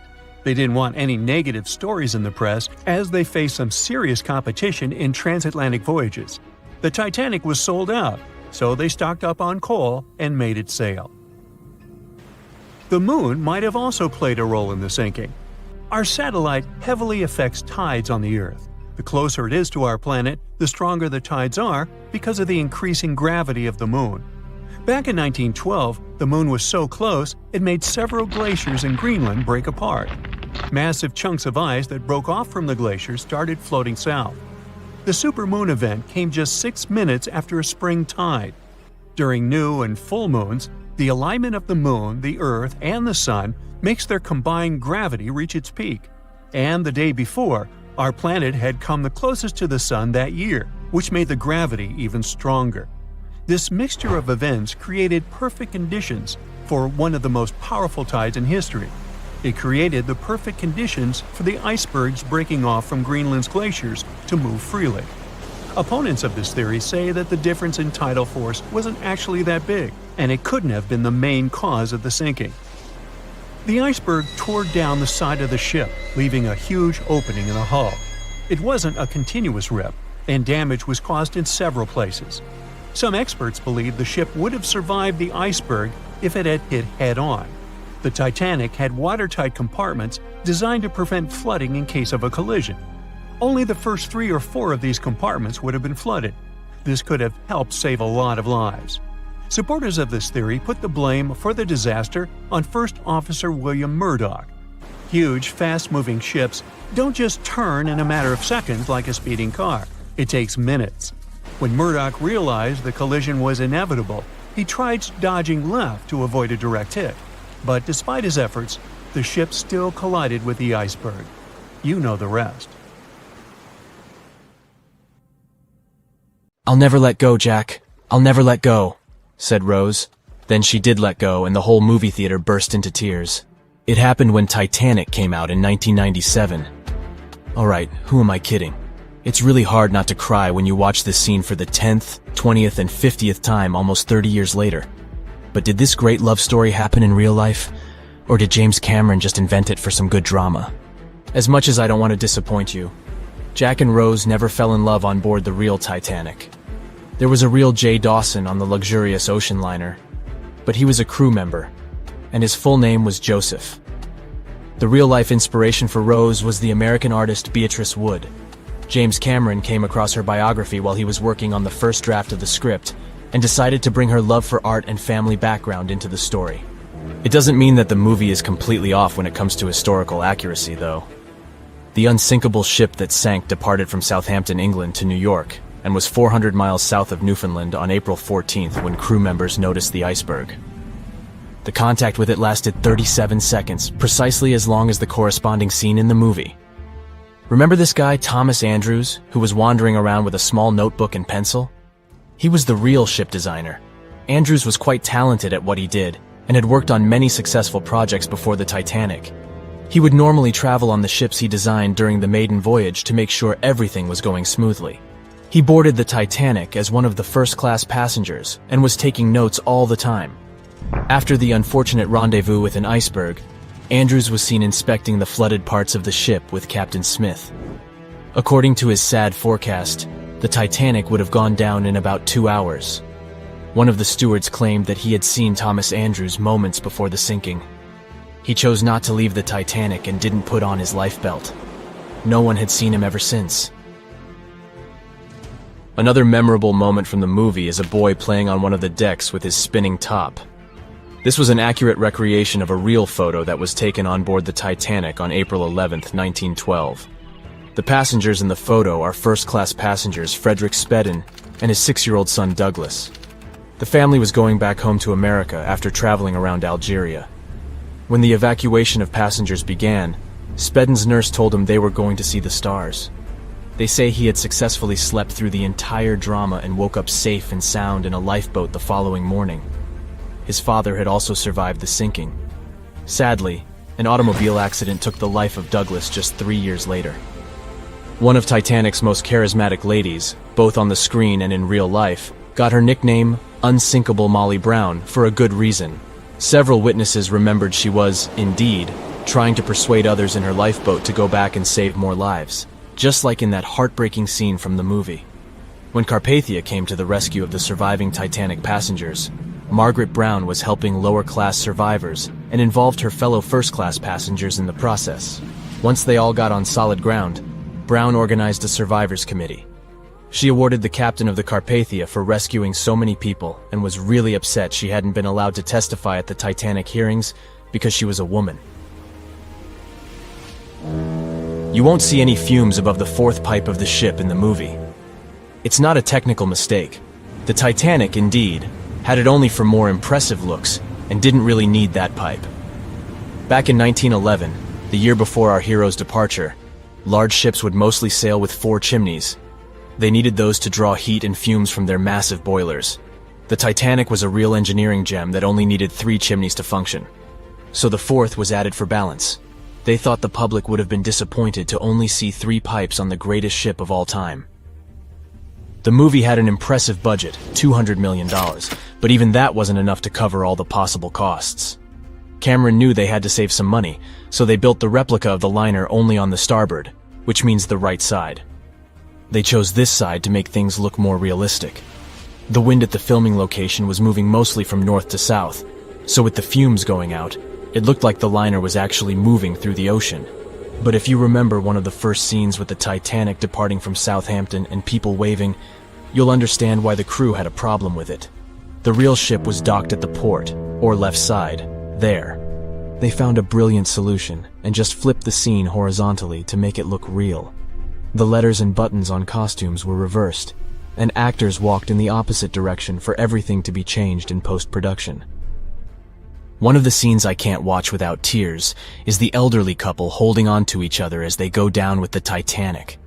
The couple who inspired this heartbreaking episode were real people, some of the richest passengers of the not-so-unsinkable ship. They were Isidore and Ida Strauss, and they owned Macy's. When news of the disaster spread, they put on life jackets and ran to the decks along with others. Ida stepped onto the lifeboat, but Isidore refused to do so before all the ladies and little ones were there. Ida didn't want to leave her husband. She climbed out of the lifeboat and handed her mink coat to her maid, saying she would no longer need it. Isidore wrapped his arms around Ida, and they remained on the bridge of the ship until a huge wave swept them both into the sea. So the bed scene wasn't that accurate, and James Cameron later admitted he had taken some license as a director. You know this guy who was drinking from a flask next to the main characters as the ship was going down? His name was Charles Jugan from England, and he was in charge of 10 bakers, 2 confectioners, and a Vienna baker aboard. He was expecting to earn a real lump sum, and would have been one of the best-paid crew members if everything had gone well. The night the iceberg hit, Johan was off duty, taking a rest in his bunk. He immediately woke up and sent his bakers to deliver bread to lifeboats. He then returned to his room for a drink. Once he came back on the deck, he helped others get in his assigned lifeboat. There was no more room for Charles inside, so he ended up on the outside of the rails of the ship. Finally, when the Titanic submerged, he just swam away, and as the sun rose again, he found one of the lifeboats and was rescued by Carpathia. The contents of the flask must have helped him survive. The well-dressed man who decided to stay on the Titanic forever was American businessman Benjamin Guggenheim. That last name probably sounds familiar, and yes, he was from that famous family. Guggenheim was traveling with his valet, his significant other, a singer from France called Leontine, her maid, and their chauffeur. They all boarded the Titanic in France during one of the short stops it made after leaving Southampton. When disaster struck, Benjamin was helping the ladies get in their lifeboat. He reportedly said they were only saying goodbye till the next day. He was sure the ship would be quickly repaired. After helping many women and youngsters get in the boats, Guggenheim chose not to fight over the remaining seats. He and his valet returned from the decks to their first-class suite and put on their finest suits to go down like gentlemen. The Royal Mail Ship, or RMS Titanic, easily the most famous steamship in history, was once the symbol of luxury and dreams that promised to come true. It took 3 years and 3,000 people to construct it. On April 10, 1912, the brand new ocean liner greeted its passengers with the smell of fresh varnish, paint, and newly sawn wood. Back then, they still used lead for the production of paint and linseed oil as a binder, so that smell must have been powerful. When it was fully operational, the giant vessel consumed around 850 tons of coal per day, and the passengers would also smell its fumes. Another odor that must have filled the Titanic's decks, at least the first-class ones, was the new scent by the famous French perfume house Guerlain. It was released earlier in the same year and quickly became a hit with the well-off ladies. The perfume that you can still buy today is a mix of violets and iris with creamy vanilla. On the dramatic evening of April 14th, when Titanic only had hours to live, the unknowing waiters were serving oysters, lamb and mint sauce, roast duck with applesauce, and other delicacies to their first-class guests. The second class was filled with the smells of curried chicken, spring lamb, and roast turkey. Third-class passengers had simple gruel and biscuits that night. At 11 p.m., as the ship got dangerously close to the iceberg, the new smell added to the mix. It was a mineral odor with metallic notes. If you have ice in your fridge, you must have noticed it takes the smell of neighboring foods. The same happens to icebergs. They take on the odors of sea animals and maintain the chemical composition of the water that they're made of. If more people had known about the meaning of this particular metallic smell, they probably still wouldn't have saved the ship. But the number of people that managed to escape to safety could have been larger. Speaking of smells, in case you've ever wondered what space smells like but aren't planning to become an astronaut anytime soon, listen up. You can try out Eau de Space, an aroma that was designed by NASA decades ago. The idea of the perfume was to help astronauts prepare for their encounters with space at all levels during their training. But hold on a second, space is a vacuum, so it technically shouldn't have any smell. Yet, astronauts who have been out there remembered it as a pleasant metallic odor, something like the smell of welding fumes or burnt gunpowder. They could smell it on their spacesuits after coming back into their spacecraft. We can also guess what other planets smell like based on what their atmospheres are made of. Venus has clouds of sulfuric acid in its atmosphere, so it must smell like rotten eggs. Mars and Uranus also smell like rotten eggs, by the way. Each of the layers of Jupiter's atmosphere is made up of different chemicals. That's why it smells different depending on where you are. Some layers would greet you with a yummy aroma of bitter almonds or marzipan, and others, closer to the top, smell like cleaning products. The remaining planets of the solar system are unlikely to have a distinctive scent because they're mostly odorless gases in their atmospheres. As for our natural satellite, the Moon, the Apollo astronauts claim that its dust smells like gunpowder. The fragrance of fresh-cut grass makes regular mowing it nearly worth it. But did you know that the grass isn't having a great time while you're doing it? In fact, it's sort of screaming for help. And because grass can't scream out loud, it expresses discomfort by releasing a mix of smelly, volatile molecules. It does it to protect itself from insects.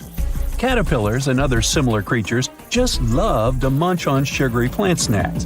When you mow the grass, it releases jasmonic acid, among other things. It's sort of a signal to parasitic wasps that there is a caterpillar available. These creatures deal with the grass's offenders, and it can keep growing happily ever after.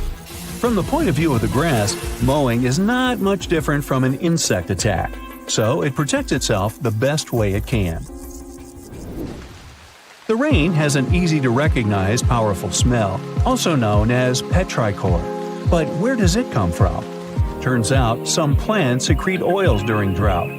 The rocks and soil accumulate those oils compounds, and when the raindrops hit, they mix with water and release into the air. Sometimes these oils combine with chemicals produced by bacteria living in the soil. The result of this cooperation is a musky odor you can smell in the woods or in your garden when you turn over the wet soil. Ozone also adds to the smell of rain, especially after thunderstorms. It happens when a lightning bolt's electrical charge splits oxygen and nitrogen molecules in the atmosphere, and they later recombine into ozone. One theory says we enjoy the aroma of rain so much because it's imprinted in our brains. Different cultures have always associated rain with something positive, and we could have inherited that perception. Now, chocolate fans, of which I am one, this is for you. There are flowers that smell exactly like your favorite tree. It's a product of a tropical plant, after all, and since it's impossible to recreate the exact magical scent chocolate has in a perfume, you can plant some chocolate flowers, also known as the green eye lyre leaves, in your garden. These flowers look like daisies with yellow petals around a deep red center. When you pick its petals, the flower releases the delicious smell we all love so much. The leaves and branches of the plant also have the same fragrance. Now, in case I got you interested, you can find the flower in dry soils of Arizona, Texas, Colorado, and other states with similar climates. It blooms all year, and the aroma is strongest on warm days. The bear cat, also known as the biturong, does not only look super cute, but also smells like buttered popcorn. Biturongs prefer to stay alone and use their aroma to mark their territory and find potential partners when they have to. Scientists tried to figure out the secret of their unusual smell and suggested it could come from secretions from the scent glands under the animal's tail. Further research showed that the popcorn smell comes from the bearcat's urine. After the animal answers nature's call, it leaves a scent trail in the trees with its tail that often gets soaked. But if the real popcorn only releases its amazing smell when it's popping under heat, how do bearcats manage to do it without a microwave? Well, the answer could be in their diet, or more likely, in the bacteria that come in contact with the animal's natural fluid. Durian is a fruit popular in Southeast Asia that smells sweet and nice to some people, but to the majority, it's a mix of rotten onions and sweaty socks. The stench is so powerful that it's banned on public transportation and hotels in some countries. The secret of durian is its 44 odor-active components. The mix is so complex that you can never tell what it's going to smell like. And despite that horrible smell, durian is considered a delicacy and is used to make mostly sweet dishes like cakes and candy. There was a smelly incident involving durian at a library in Australia. The smell of rotting fruit in a cupboard has spread across the entire building through the air conditioning system. They mistook it for gas leakage and had to evacuate around 500 students and teachers. Well, that stinks. And finally, if you've ever been to natural hot springs or went to see some geysers, you'll never forget the smell of hydrogen sulfide, or less poetically, rotten eggs. It's actually not only yucky but also highly flammable, but it can also be quite useful. Most households in Iceland use geothermal springs as a source of hot water. Although it doesn't smell fresh, it's perfectly safe to drink, and the smell doesn't stay on your body after you take a shower. So there. At 11:40 p.m., the Titanic made contact with an iceberg in the North Atlantic Ocean. Many artifacts were found and restored, like parts of the ship, jewelry, and dining plates, to name a few. It took approximately 3 hours for the ship to be completely submerged in the remote icy water. The night was cold and very much alive. The orchestra was playing music as they enchanted the guests on board. Everyone was excited to arrive in America. It was still considered an amazing feat for a ship to cross the Atlantic back in 1912. But as the day went ahead, there was an atmosphere of impending doom for the captain and his crew. No one else felt it, though. It seemed to them nothing could possibly go wrong, and this would just be another regular night. To them, the Titanic was unsinkable. The last thing on your mind when thinking about the Titanic is the mail crew. Yes, there were mailmen on board delivering mail to America. It may seem like a pretty mundane occupation, but there was a very tough test to pass in order to be accepted on board. And only a few top candidates would qualify, and those few would get shortlisted and accepted. John Starr March, an American, was one of these mailmen earning between $1,000 to $1,500 a year working on the Titanic.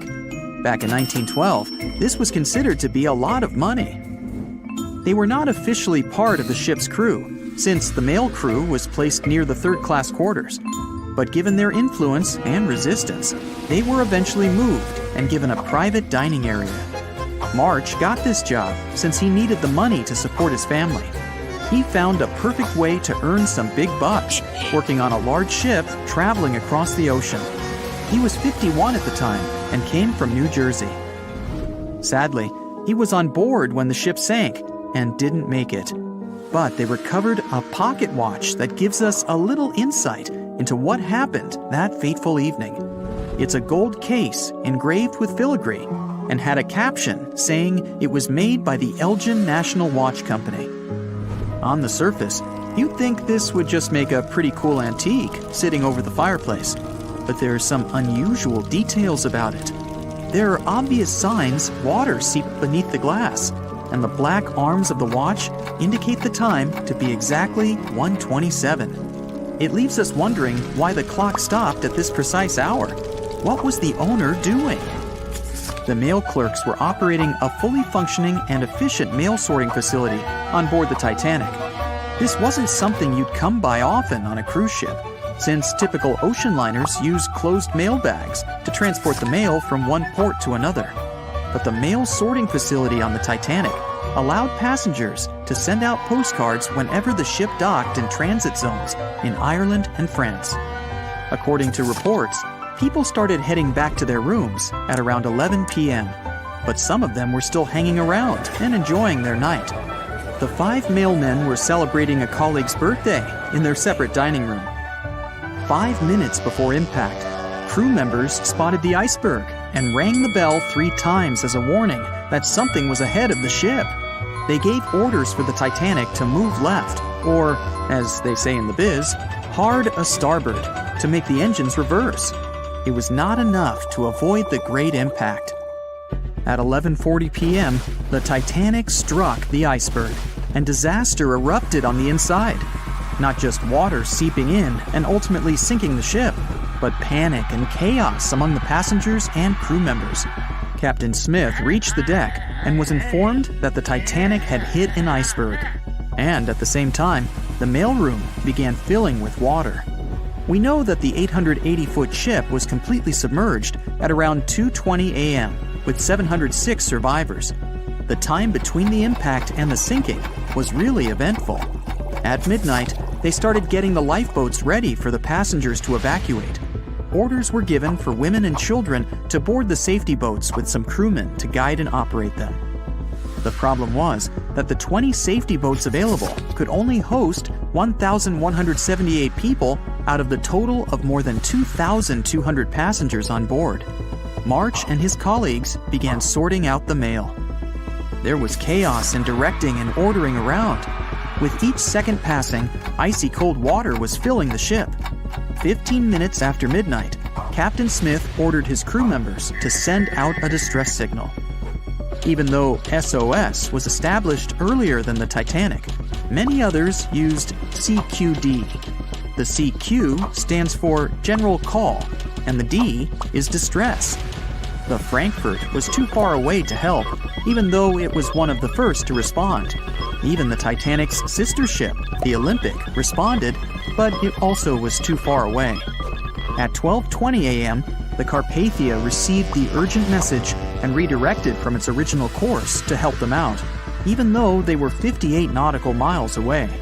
Although this was some relieving news, the water kept seeping in at an alarming rate. It wasn't easy to keep everyone calm, knowing that the ship could be underwater in a matter of hours.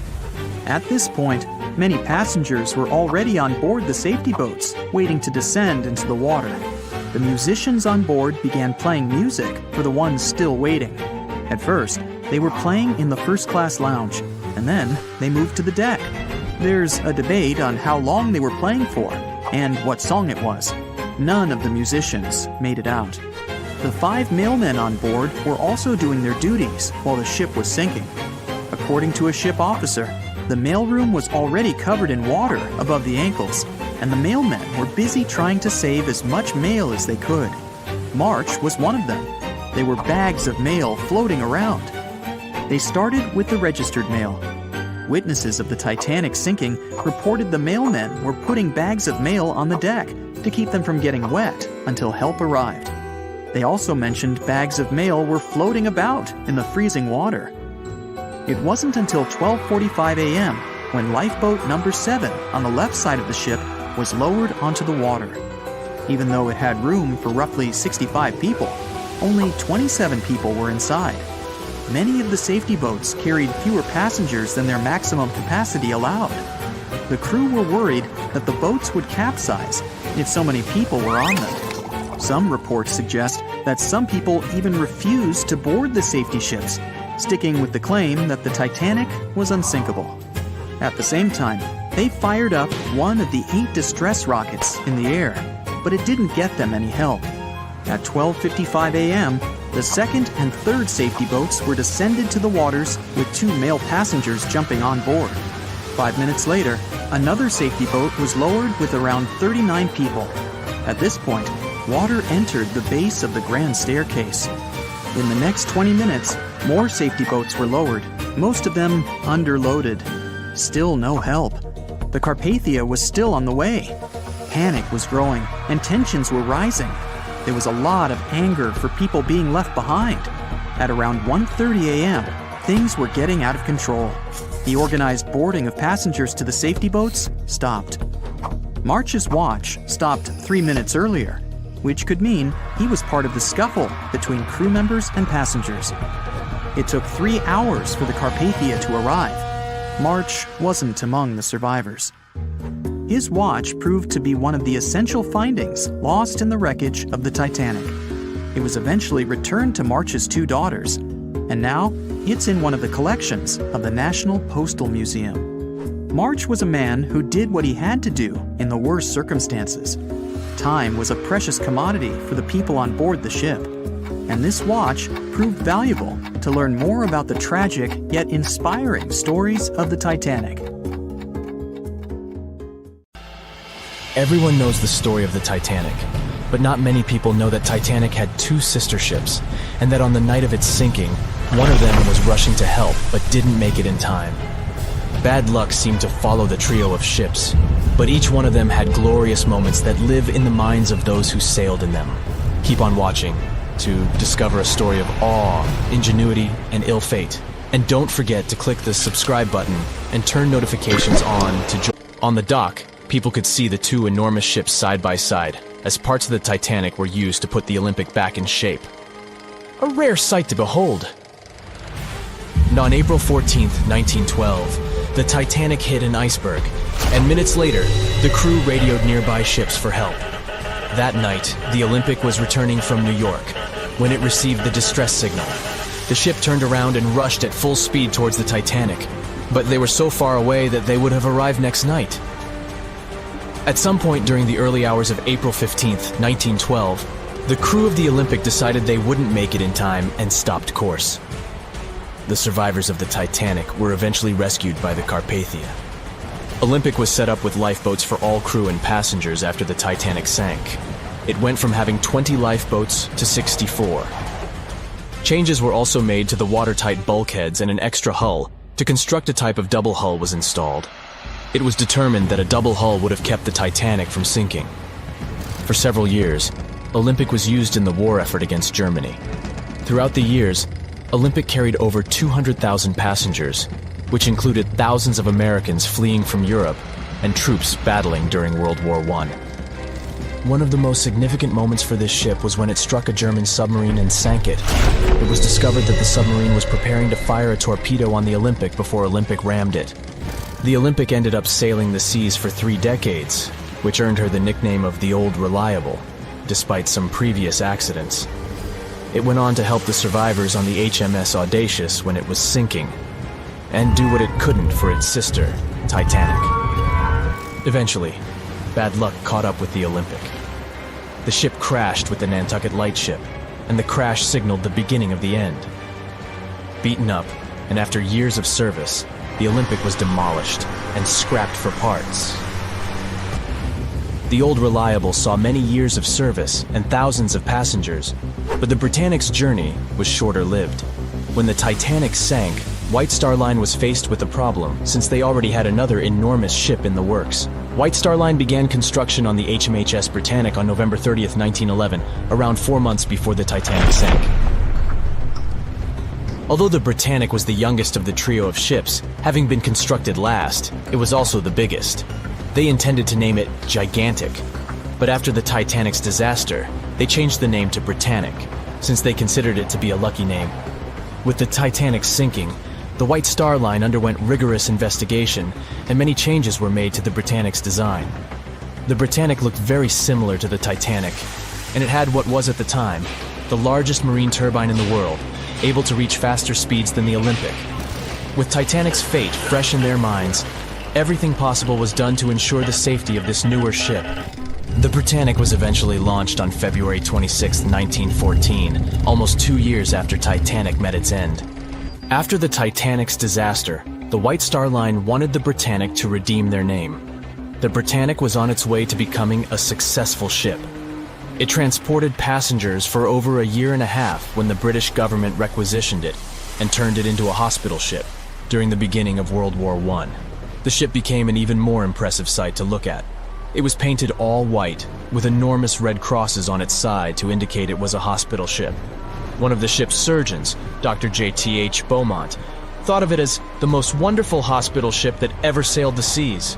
It could treat as many as 3,309 patients at once. This is how the Britannic became His Majesty's Hospital Ship, or HMHS Britannic.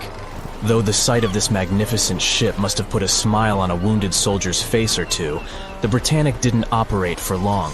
Just a year after it was turned into a hospital ship, the Britannic was making its way through the Aegean Sea to pick up wounded soldiers, when it was struck by a loud explosion. The passengers didn't know what had happened, but headed to the deck to disembark. It is unclear what hit the Britannic, but the general consensus is that it was struck by a mine left by a German U-boat, though some still believe a torpedo hit it. The captain tried to move the ship to a beach close by, but the ship was sinking fast. In the desperation, against the captain's orders, several crew members launched lifeboats and disembarked. But since the ship was moving and the propellers working, the lifeboats were sucked and destroyed by the propellers. Though so much effort had gone in to ensure the Britannic was safer than the Titanic, whatever explosion occurred left the Britannic in the same dire condition as the Titanic in just 10 minutes. In a cruel twist of fate, it also sank in the ocean. Unlike Titanic's enormous death toll, only 30 people perished in the sinking of the Britannic, and over 1,000 survived. So many people survived because the accident happened in the morning, when the temperature of the water was warmer and the Greek island Kea was close by to offer help. In the end, the Britannic only sailed the seas for over 2.5 years. The bad luck that followed the Titanic and the Britannic and the accidents and demise of the Olympic was remarkable. But what was most impressive is that there was a woman who sailed on all 3 ships and survived. Violet Jessup was a crew member and nurse aboard the ships. She was there when the Olympic collided with the HMS Hawk in 1911 and disembarked safely. 2 years later, she escaped the sinking of the Titanic in lifeboat number 16, and she showed some women it was safe to board the lifeboats. You'd imagine that would be enough to keep her from ever getting on a boat again, but not for her. A few years later, she served as a nurse in the Britannic while it was used as a hospital ship. When the explosion occurred, Violet jumped overboard, was pulled under by the water, and hit her head on the keel but survived. Can you imagine her experience? She must have had nerves of steel. All in all, the trio of ships saw journeys of triumph and tragedy. Ill fate might have followed them, but all the survivors were left with incredible stories to tell. So tell us, Brightsiders, would you have liked to have seen any of these ships in real life? Let us know in the comments section. Don't forget to give this video a like, share it with your friends, and click subscribe to stay on the bright side. No one could ever have imagined that the unsinkable Titanic would collide with an iceberg, except for one man, William Thomas Stead. Well, not directly, of course. It's not like he jolted out of bed one day, envisioning the fall of the Titanic. Rather, he wrote an empowering short story called How the Mail Steamer Went Down in Mid-Atlantic by a Survivor on March 3, 1886, 26 years before Titanic sank. Okay, let's do a super quick recap. Titanic was traveling from Southampton to New York in April 1912 in the North Atlantic. The ship hit an iceberg, and less than 3 hours later, it was completely underwater. Out of 2,208 people on board, just 706 survived due to the limited number of lifeboats and icy cold water. Another passenger ship, Carpathia, heard the distress call, picked up the survivors, and brought them safely to New York. The short story William Stead wrote was about Thomas, a British sailor, who got on a passenger liner bound for the U.S. At one point, the protagonist realized there weren't enough lifeboats for everyone on board the ship in case something happened. A couple of days later, heavy fog covered everything in sight. Luck was not on the liner's side, and it collided with a stray ship, just like Titanic struck an iceberg. Only 200 out of the 916 people made it safely to the U.S. The main character managed to survive by jumping into the water and climbing into one of the lifeboats. Now, you'd think that the story riled up everyone in the industry to add extra lifeboats on ships. But sadly, it received very little attention when it was published. Even more tragically, William Thomas Stead was on Titanic when it sank, and he didn't make it. The survivors who knew Stead mentioned that he had always been cheerful and had loved to chat during meals. He complimented the ship's design and how sturdy it was. Witnesses also talked about how he had been helpful when the ship had been sinking, having given his life jacket to someone else. He was a journalist by profession and was on his way to New York for a ceremony. One of his most important contributions to modern journalism was the use of illustrations in every newspaper article. He also introduced newspaper interviews, and they're still used to this day along with illustrations. But this story wasn't the only published work that predicted the disaster. Morgan Robertson was an author and former ship captain who wrote short stories and novels. His most notable novella is The Wreck of the Titan. It's also known as Futility. The book was written in 1898, 14 years before Titanic. It was a fictional story about the Titan, an ocean liner similar to Titanic, which was crossing the North Atlantic. It's also a coincidence that Titan was just as fast as Titanic and shared many other similarities, like size and design. The book described it as unsinkable and the largest ship to hit the ocean at the time. That's what they said about Titanic, too. Another eerie similarity was the limited number of lifeboats it had. The story took place in April, and that's when Titanic set off on its journey and hit the iceberg. The Titan story also mentioned that barely anyone had survived that horrible accident. Unlike Stead's story, the protagonist of Robertson took a different path.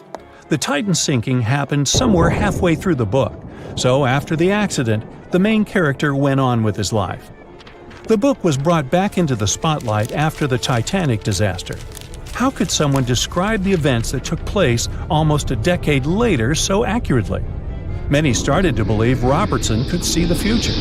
But the reality was that Robertson knew his way around a ship. It was easy for him to write down the nitty-gritty of things without doing more research. Realistically, one of the biggest threats for ships at that time was hitting an iceberg or colliding with other ships. The next story sounds somewhat mysterious. Once, Alex Mackenzie heard a voice that warned him not to board Titanic. But when he turned around, there was nobody there. As he continued walking, the voice spoke to him again, but this time it was louder and more distinct. He took the warning seriously and decided to cancel the trip and go back to Glasgow, Scotland, his hometown. His grandparents weren't too happy to find him back home instead of on Titanic. After all, the ticket was very expensive. That disappointment very soon disappeared when they heard that the ship had struck an iceberg. John Coffey was a member of the crew of Titanic, but he decided to ditch the ride when the ship stopped at his hometown in Queenstown, Ireland. His inner voice told him to get off the liner, and he did. He was only 23 at the time, and for someone his age, it could be a major career boost and an opportunity to grow. Despite the horrible tragedy, the guy signed to work with the RMS Mauritania just months after the Titanic sinking.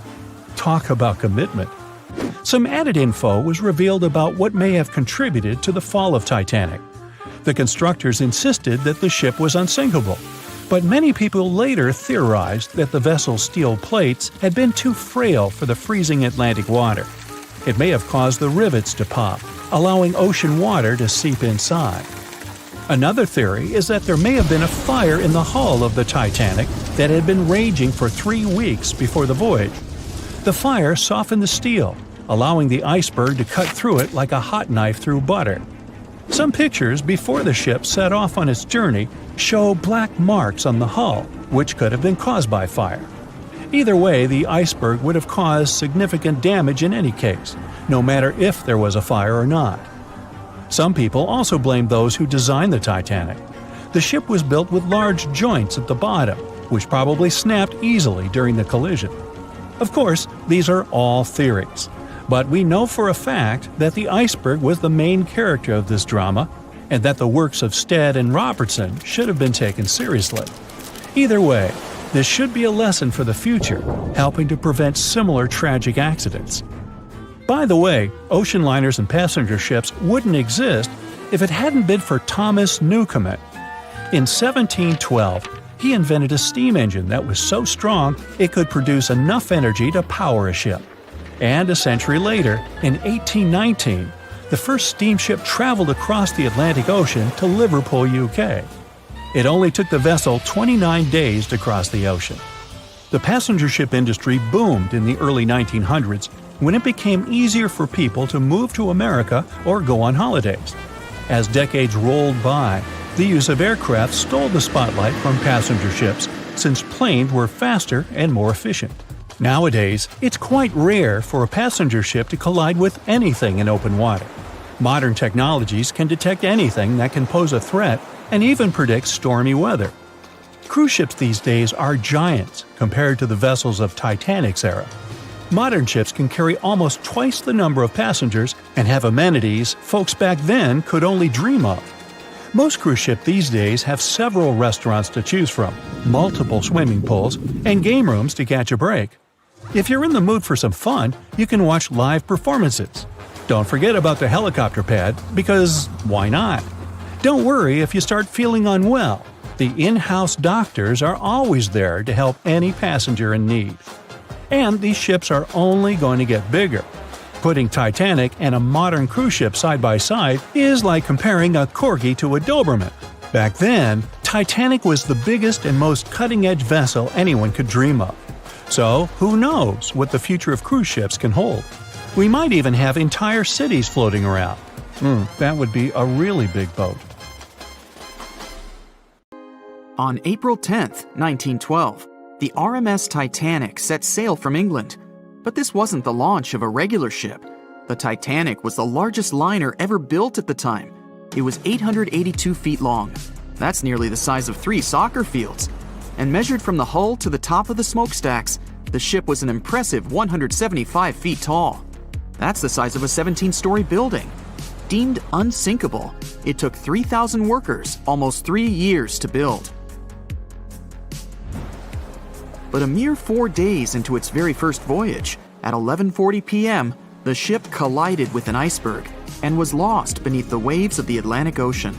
It took the liner only 2 hours and 40 minutes to sink. And of more than 2,200 passengers and crew members on board, only 706 survived. The wreck would remain lost for another 73 years, hiding its many secrets within the frigid Atlantic waters. And if it wasn't for a man whose whole life had been devoted to exploring the sea, the giant ship might have remained lost for a lot longer. That man was Robert Ballard. As a child, Ballard was obsessed with the ocean. This fascination started when he was just 12 years old. That's when he watched a film adaptation of Jules Verne's science fiction novel 20,000 Leagues Under the Sea. It had everything to spark a young person's imagination, from adventure and strange creatures to a powerful underwater vehicle called the Nautilus. It could travel anywhere in the world you wanted to go. From that moment, life on dry land was no longer in Ballard's future. When he was 23, he was assigned to the Deep Submergence Group. There, he helped develop techniques to search the ocean floor. His biggest accomplishment was the creation of Alvin. It was a small, easy-to-maneuver submarine that could carry 3 people. It also featured an external mechanical arm designed to gather underwater samples while the crew remained safe and dry inside. Alvin the submarine quickly proved useful for a variety of tasks.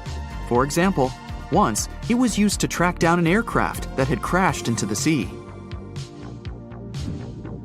But the vessel experienced a series of setbacks.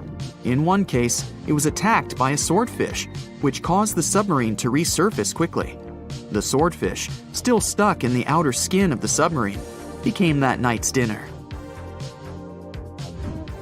And in October 1968, the submarine was being lowered into the water when the cables holding it snapped, sending it careening into the ocean, along with 3 crew members on board.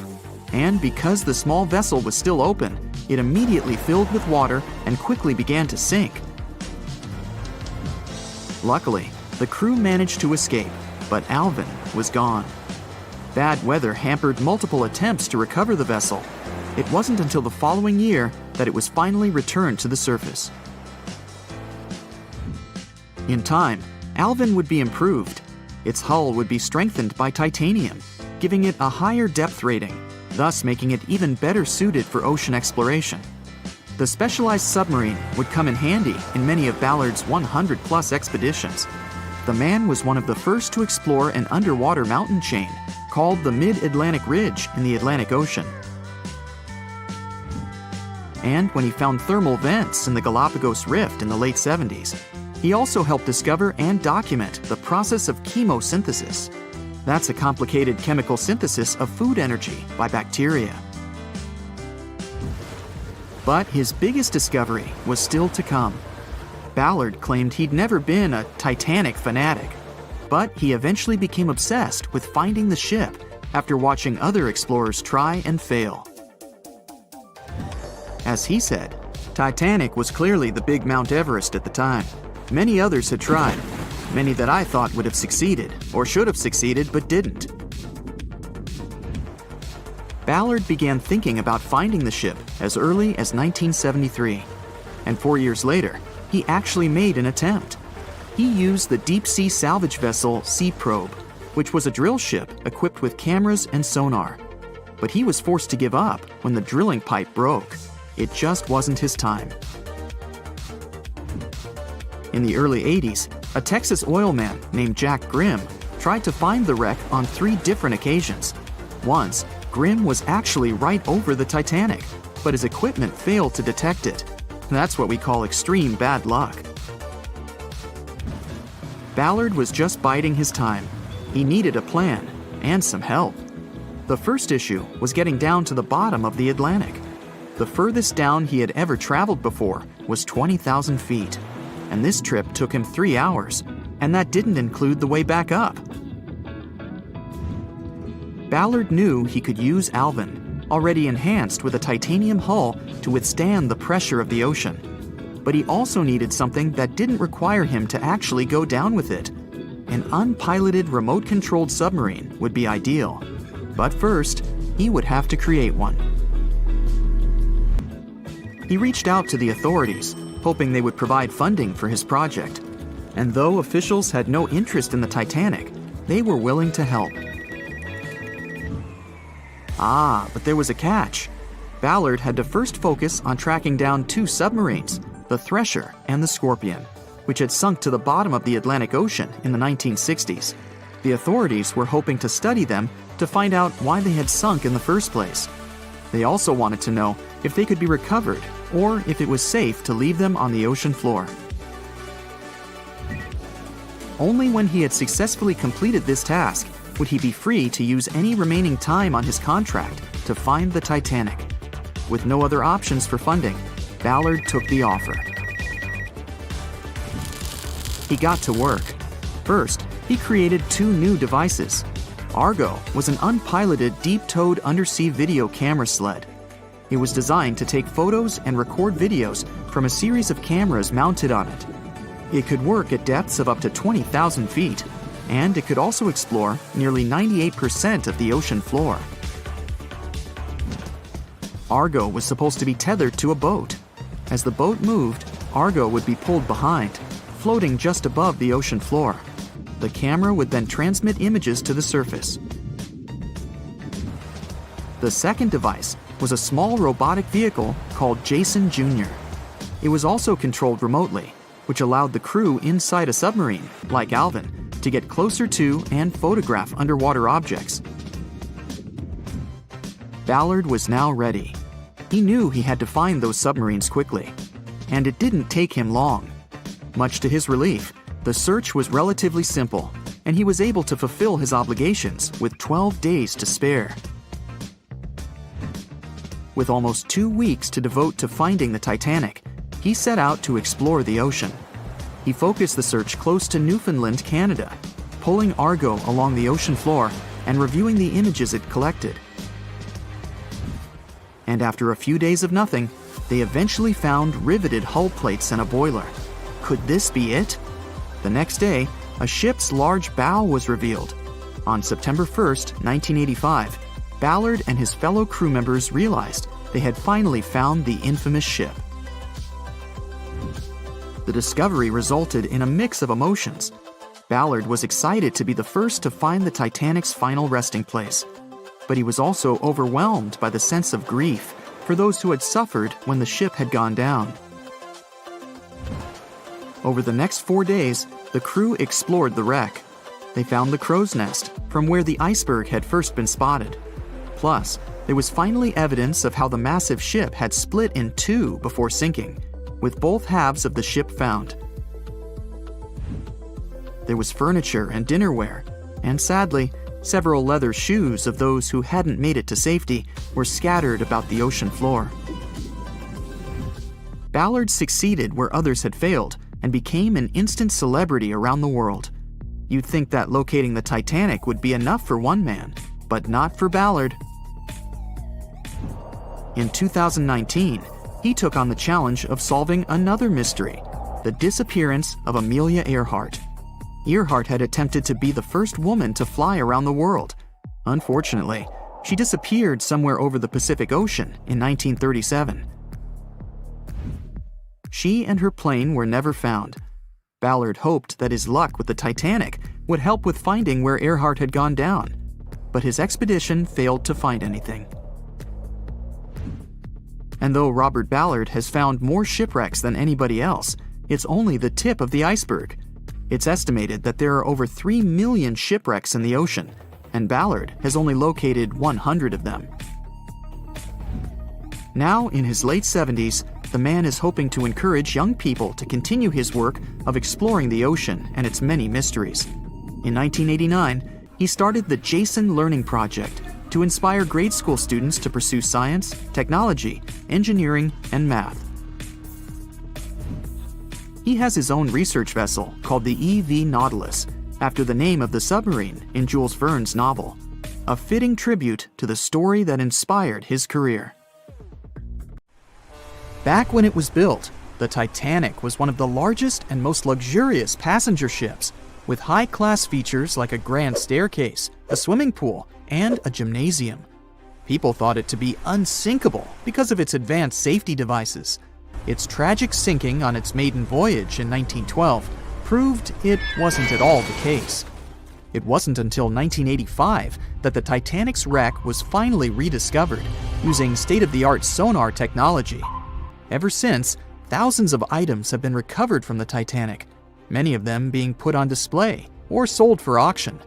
Things like jewelry, a life jacket, a menu from the ship's restaurant, or even a sample square of carpet from the first-class stateroom have all baffled the public and told stories of the many on-board people. Scientists have even tried to come up with strategies to get the Titanic back up, not because they want to put it up for display, but so it can be properly studied, and more importantly, to stop it from getting more and more damaged at the bottom of the ocean. Some have suggested filling the wreck with ping-pong balls to make it float, while others even considered injecting it with 198,000 tons of Vaseline. Another creative solution was proposed, the idea of using a giant claw or scoop to lift the Titanic. Nobody came up with this device. Using 500,000 tons of liquid nitrogen to trap it in an iceberg that would float to the surface was also considered, but all these potential strategies had to be eventually let go, since the Titanic is way too fragile to ever be recovered. As the Titanic's iconic bow railings are in danger of collapsing, metal-eating bacteria continue to chew away at the ocean liner's wreckage. An undersea exploration company plans to gather data about the ship's deterioration in annual expeditions.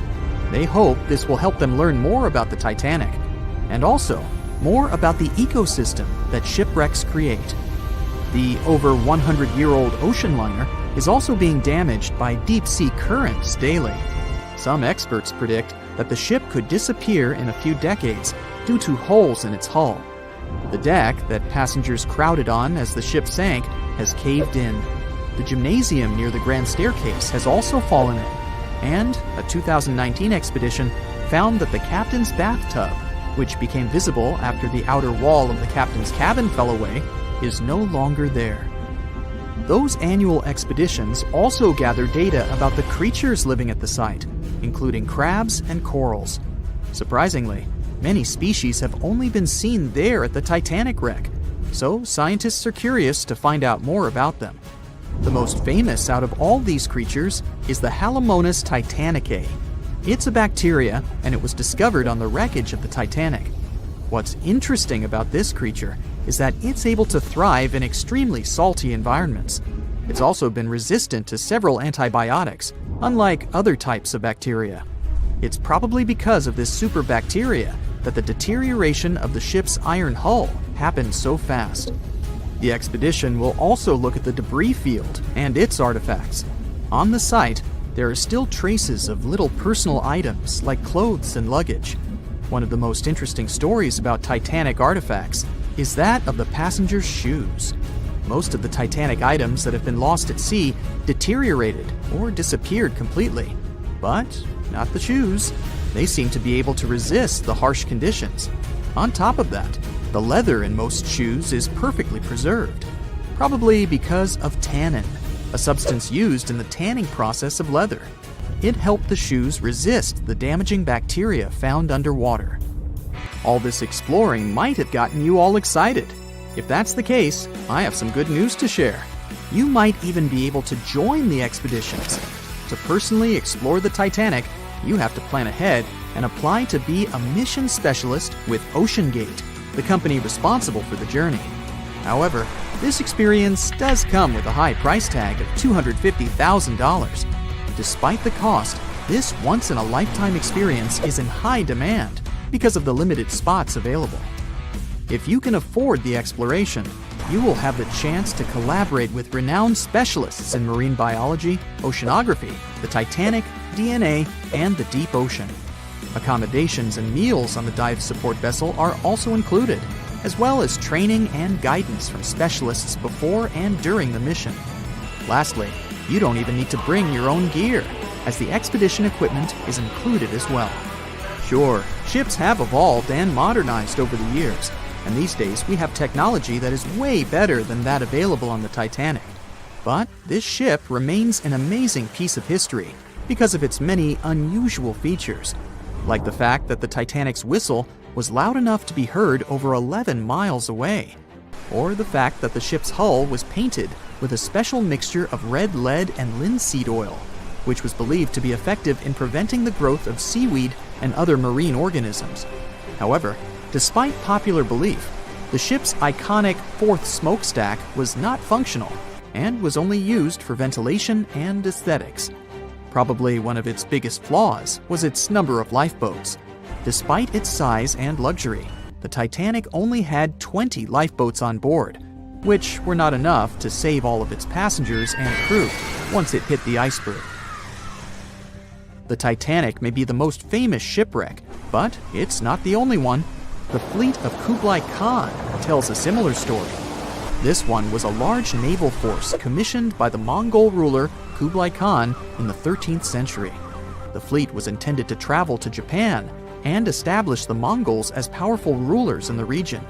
However, in 1281, the fleet was supposedly caught in bad weather and was seriously damaged, with many ships being destroyed.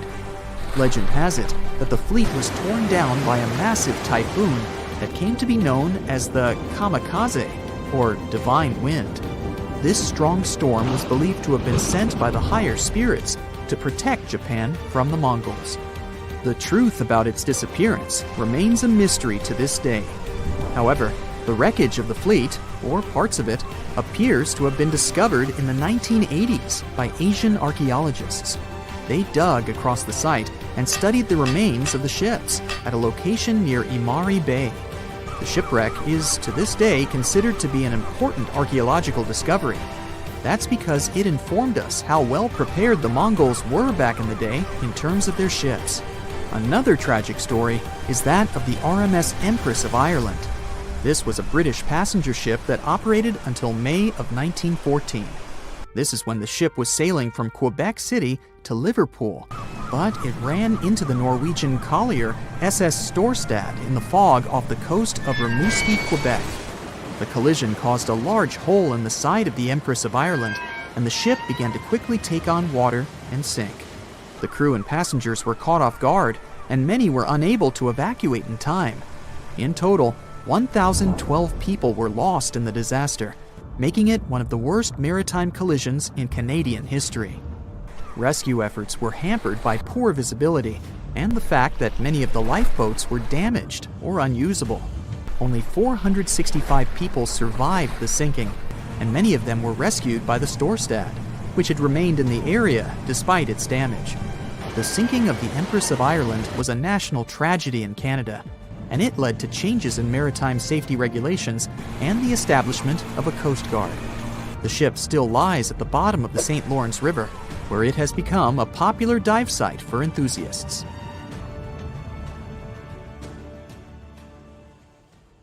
The year was 1854, and the SS Arctic, the fastest passenger liner of its time, set out to cross the Atlantic. As it sailed through the misty veil, it slowly disappeared into the unknown. The Collins Line, an American shipping company, was started in 1818 and only began seriously trading in the transatlantic by 1835. Its steamships crossed the Atlantic from Liverpool to New York within just 10 days. Doesn't sound like a great speed today, I know, but back then, the same thing took other ships several weeks. Light on the water with their wooden hulls, powering through with a strong steam engine, those steamships were the favorite choice for many high-profile people. What could go wrong with such an advanced ship, they thought. This reminds me of some other ship everyone believed to be unsinkable. But anyway, back to the Collins Line.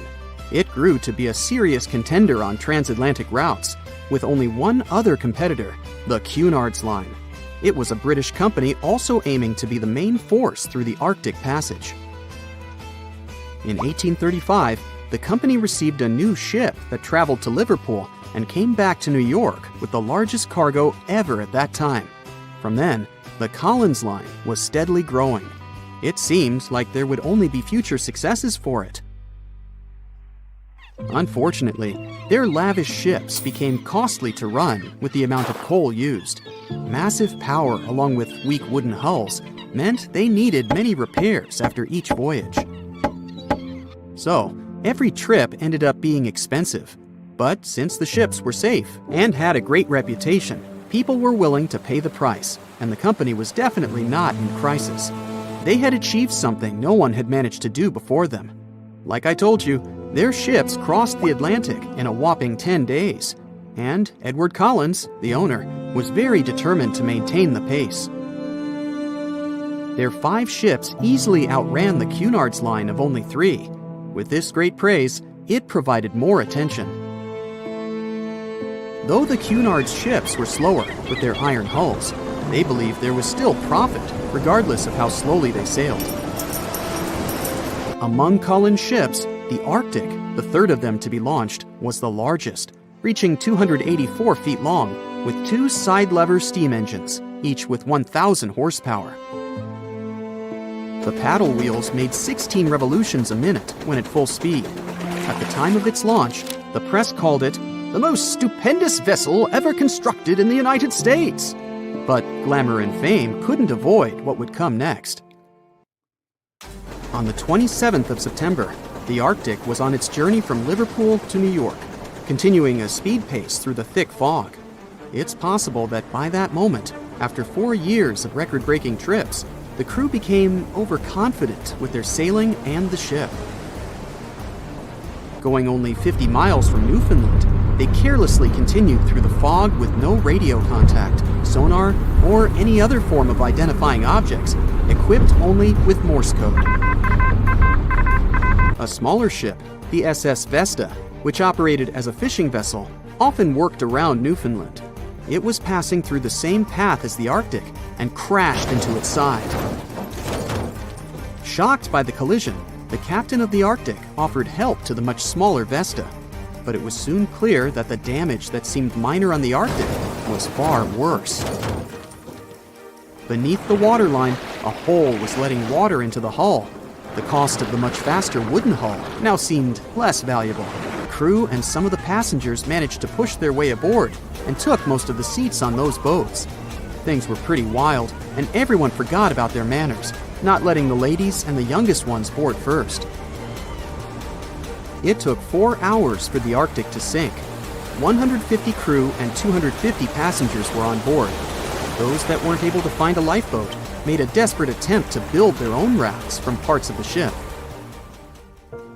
2 days later, only 3 boats made it safely to the shore. The other 3 were never found. Believe it or not, the rescue party also saved some people that had been clinging to the wreckage for 2 days. Unlike the crew, the captain went down with the Arctic, but amazingly survived. He would be only one of 85 people that made it out of the 400 on board. When the news arrived 2 weeks later, the public responded with great sadness to the losses. Great anger soon followed towards the poor safety measures in the crew. The press published demands to change the laws for more lifeboats. It only made sense to have enough for every person on board a ship. But they ignored those requests. This neglect would lead to more disasters in the future. Enough lifeboats would only come into maritime law some 60 years later, after the disaster of the Titanic. Edward Cullen's wife and 2 children were also aboard the ship and didn't return. He was heartbroken, but didn't stop running his business. The Collins line still had a reputation to uphold, the biggest, fastest, and most luxurious on the Atlantic. Edward Collins would now build an even better ship than any other. It was named the Adriatic, and it was the largest ship in the world, 354 feet long. With 2 alternating steam engines that had never been built of this size. These steam engines at the time were at the height of engineering, though today you can only see them in models and toys. With the new addition of 2 masts, the Adriatic would also be able to sail if needed. Luckily, they made some lessons from the disaster of the Arctic. But before their new ship, the Adriatic, was built, another disaster had occurred. The sister ship of the Arctic had also sunk. They believe this second ship was desperate to stay in front of the Cunard's line and hit an iceberg somewhere during the race. This weird contest took the lives of 141 people. The desperation of Collins and his weakly built hulls pushed the company towards bankruptcy in 1858. The newly built Adriatic, costing over $1 million, had only made 1 voyage in the end. And even that voyage was considered a disaster. The ship collided with a tugboat. It still managed to finish its maiden voyage at a suitable time. After the company had gone bankrupt, they had to sell the ship for only $50,000. They removed the great giant engines, replacing them with only sails. Although it was once the greatest ship on the high seas, it was only 30 years later until it was abandoned, labeled irreparable, and anchored in a river. The other remaining ships were also sold and only used for parts. Edward Collins left the... It was a huge thing, more than 1,700 feet long and weighing over 75 million tons. It was also a very peaceful chunk of ice. It steered clear of ships and busy transport routes. And then, it somehow floated much further south than other bergs did. Our iceberg was lucky. Others melt long before they get to these low latitudes. Out of up to 30,000 icebergs that drift away from Greenland's glaciers, only 1% ever make it all the way to the Atlantic. Even after melting into the water for months, this massive block of ice was still almost twice as heavy as the Golden Gate Bridge. The iceberg's top part was towering 10 stories over the ocean surface. Several days before our iceberg made it to the Atlantic Ocean, a magnificent ship left port. It was a luxury liner, carrying more than 3,000 passengers and crew members. At that time, it was the largest ship ever built. It was the Titanic. The collisions happened on April 14th, when the ship was in the North Atlantic, 370 miles away from Newfoundland. Unable to divert its course, the ship ruptured at least 5 of its hull compartments. They started to fill with water at an alarming speed. The Titanic's compartments weren't capped at the top. That's why the water spilled over and started to flood each succeeding one. The front of the ship began to sink, causing the back part to lift vertically into the air. And then, With a deafening roar, the liner broke in half. The rest is history. But what happened to the iceberg after that? On April 15th, the German ocean liner SS Prinz Aldebert was sailing through the North Atlantic. It was traveling a few miles away from the place where the Titanic had sunk several hours prior. The German ship's chief steward, who hadn't learned about the disaster yet, saw an iceberg. What drew his attention was a large streak of red paint going along the iceberg's base. Surprised, the man took a photo of his discovery. He thought the paint meant a ship had hit the iceberg within the past 12 hours. The next person who saw the iceberg and took another photo of it was the captain of a vessel laying deep-sea telecommunication cables. The ship was sent to help in the area where the Titanic had sunk. The captain later claimed the iceberg he'd seen had been the only one in that area, plus the red paint. It wasn't difficult to connect the dots. In 2015, one of these photos sold at auction for over $32,000. And still, experts are unsure whether the image really shows the infamous block of ice. It might be a simple iceberg that had been floating nearby at that time. The great unsinkable ship was gone, sunk into the bottom of the North Atlantic, where it remains to this day. But the iceberg continued on its way, perplexing a few witnesses and slowly melting into the surrounding water.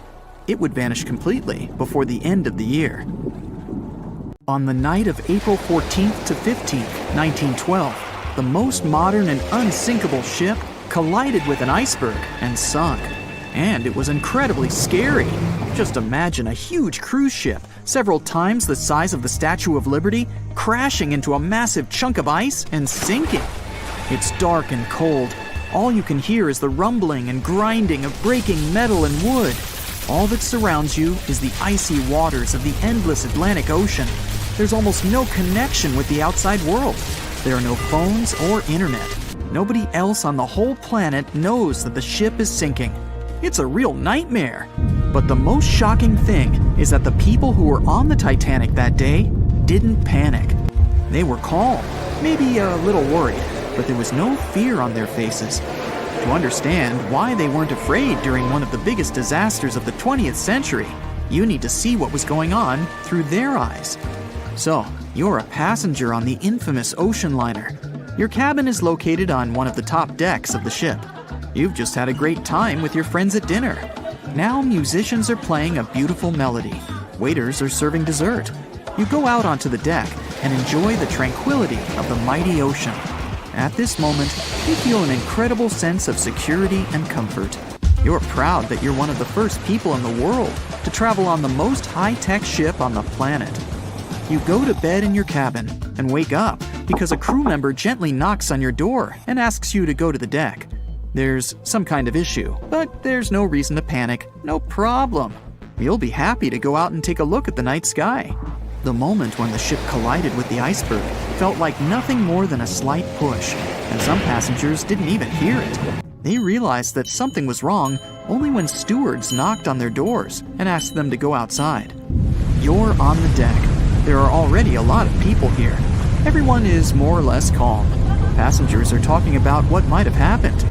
Listening to the conversations around you, you figure out that the ship is supposedly sinking. The idea seems like nonsense to you, but even if it is true, all passengers will be evacuated in lifeboats anyway. At that time, people didn't know there were half as many rescue boats as needed.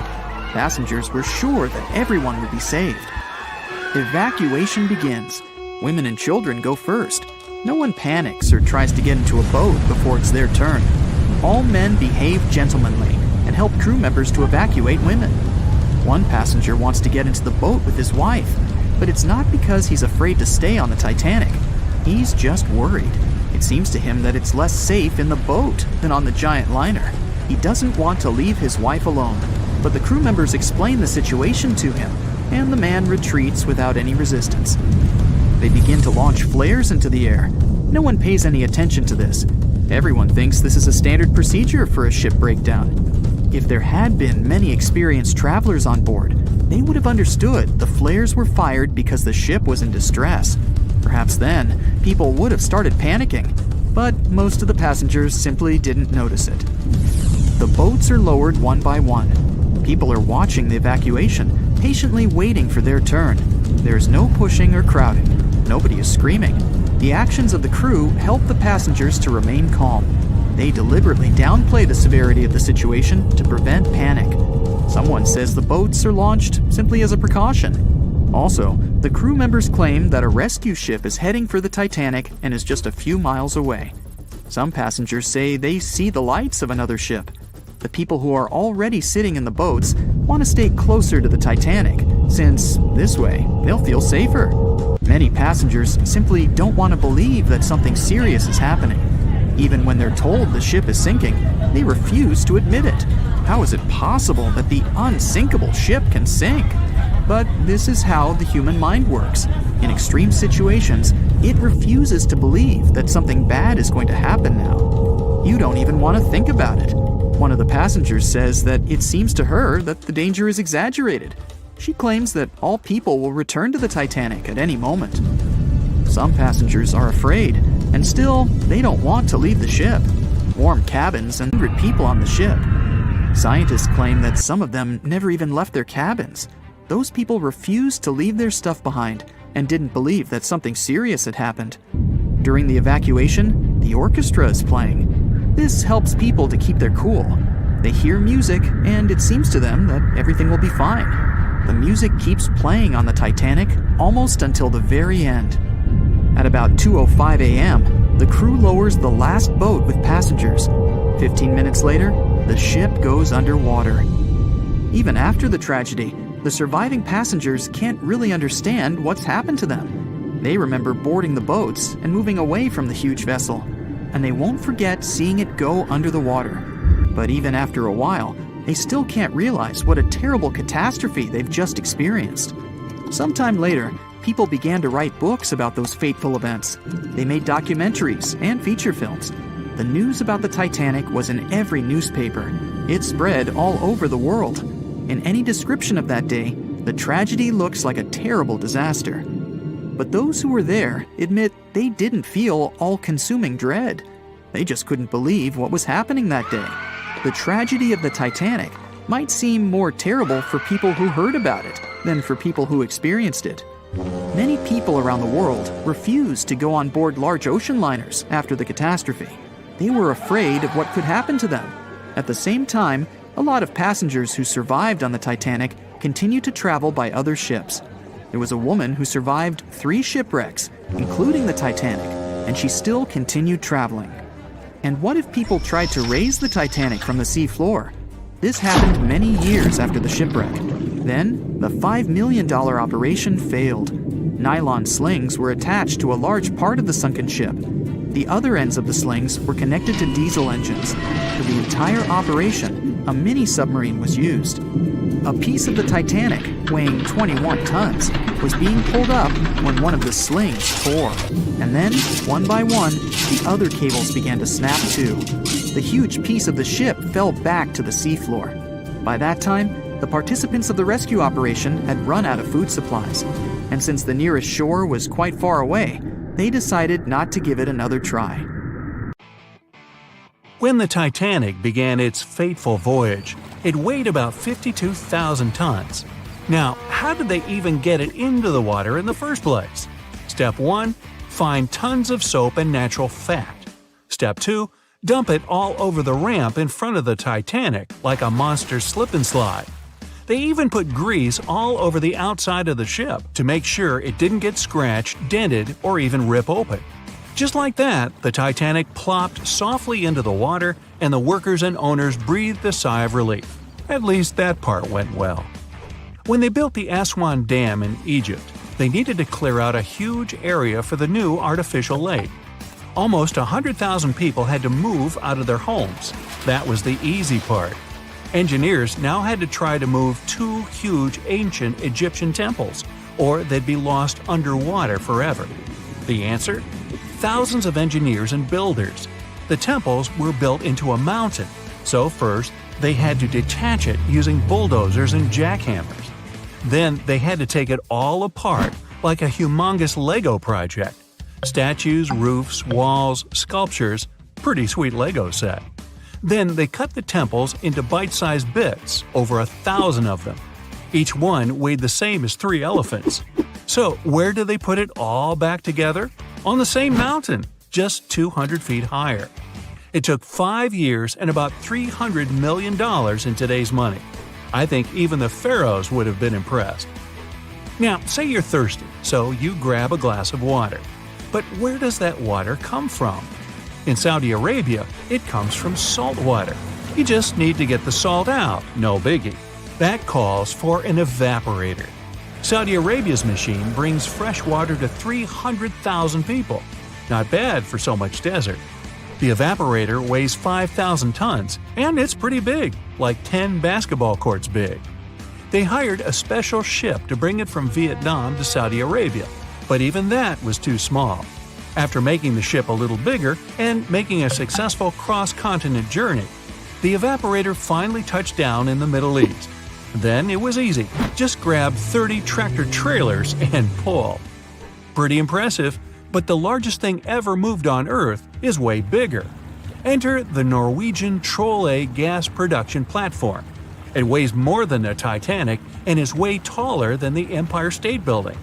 But the engineers weren't scared, even though they had to drag the thing 120 miles from shore. They hooked up 10 powerful boats and pulled it along for a week.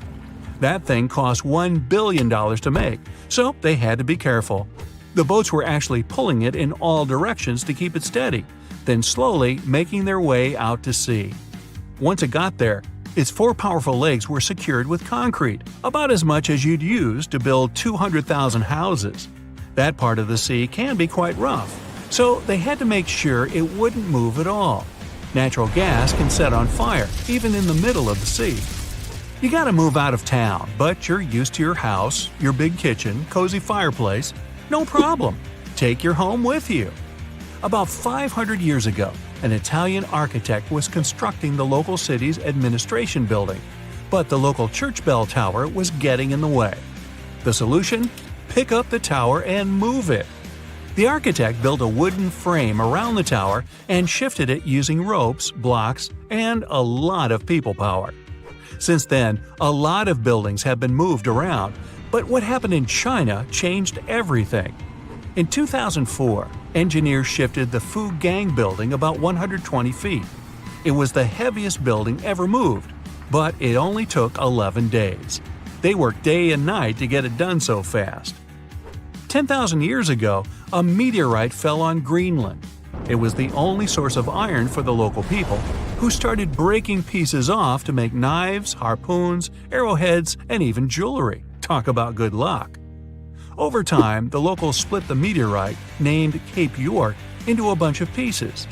Arctic explorer Robert Peary wanted to bring the biggest piece back to the U.S. So, how do you move 30 tons of space rock without trucks or paved roads? Plus, it's 1897 and freezing cold. It took 3 years, but he did it. He ended up building a railway with a special platform to pull it to the nearest shore. It was the first and last railway in Greenland. Perry sold the meteorite for $40,000. Today, that would be about $1 million. In 2012, artist Michael Heiser erected a 340-ton boulder over the entrance to the LA County Museum of Art. It was called Levitating Mass. Installing it was easy.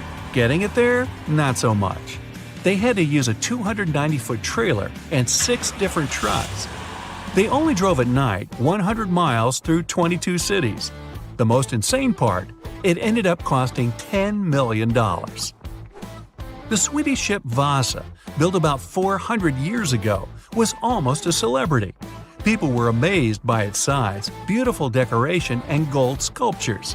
First time out to sea, it sank. Why? A gust of wind. Oops. Anyway, about 80 years ago, they decided to pull it out. One plan was to fill it with ping pong balls and freeze it in a block of ice. But instead, they just tied some ropes around it and used 18 lifts to drag it along the seabed to a shallow area. From there, it was pretty easy to lift it out. It was mostly made of wood, not much metal. The ship survived quite well because of the cold seawater and even floated by itself. The shuttle Endeavour flew 25 missions into space, and in 2012, NASA decided it deserved a break.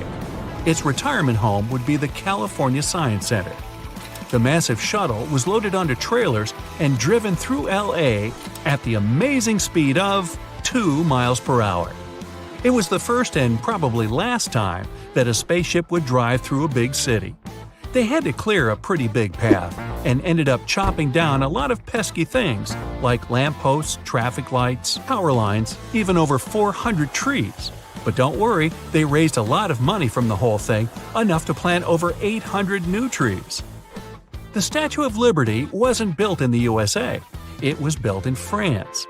After 9 years of hard work and a serious amount of copper and iron, she was ready to be given to the United States as a token of friendship.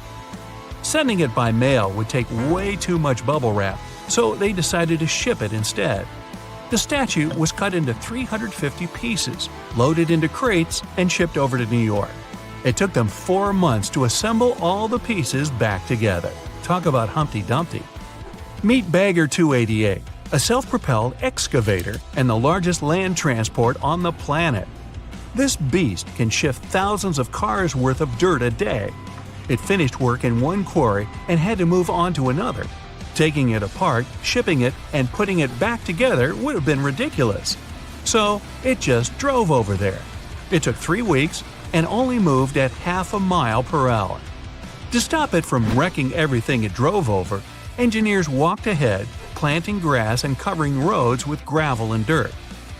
Now, you're walking down the street in France, see a couple of cafes, maybe a nice bakery, and the world's largest gas turbine, named Harriet.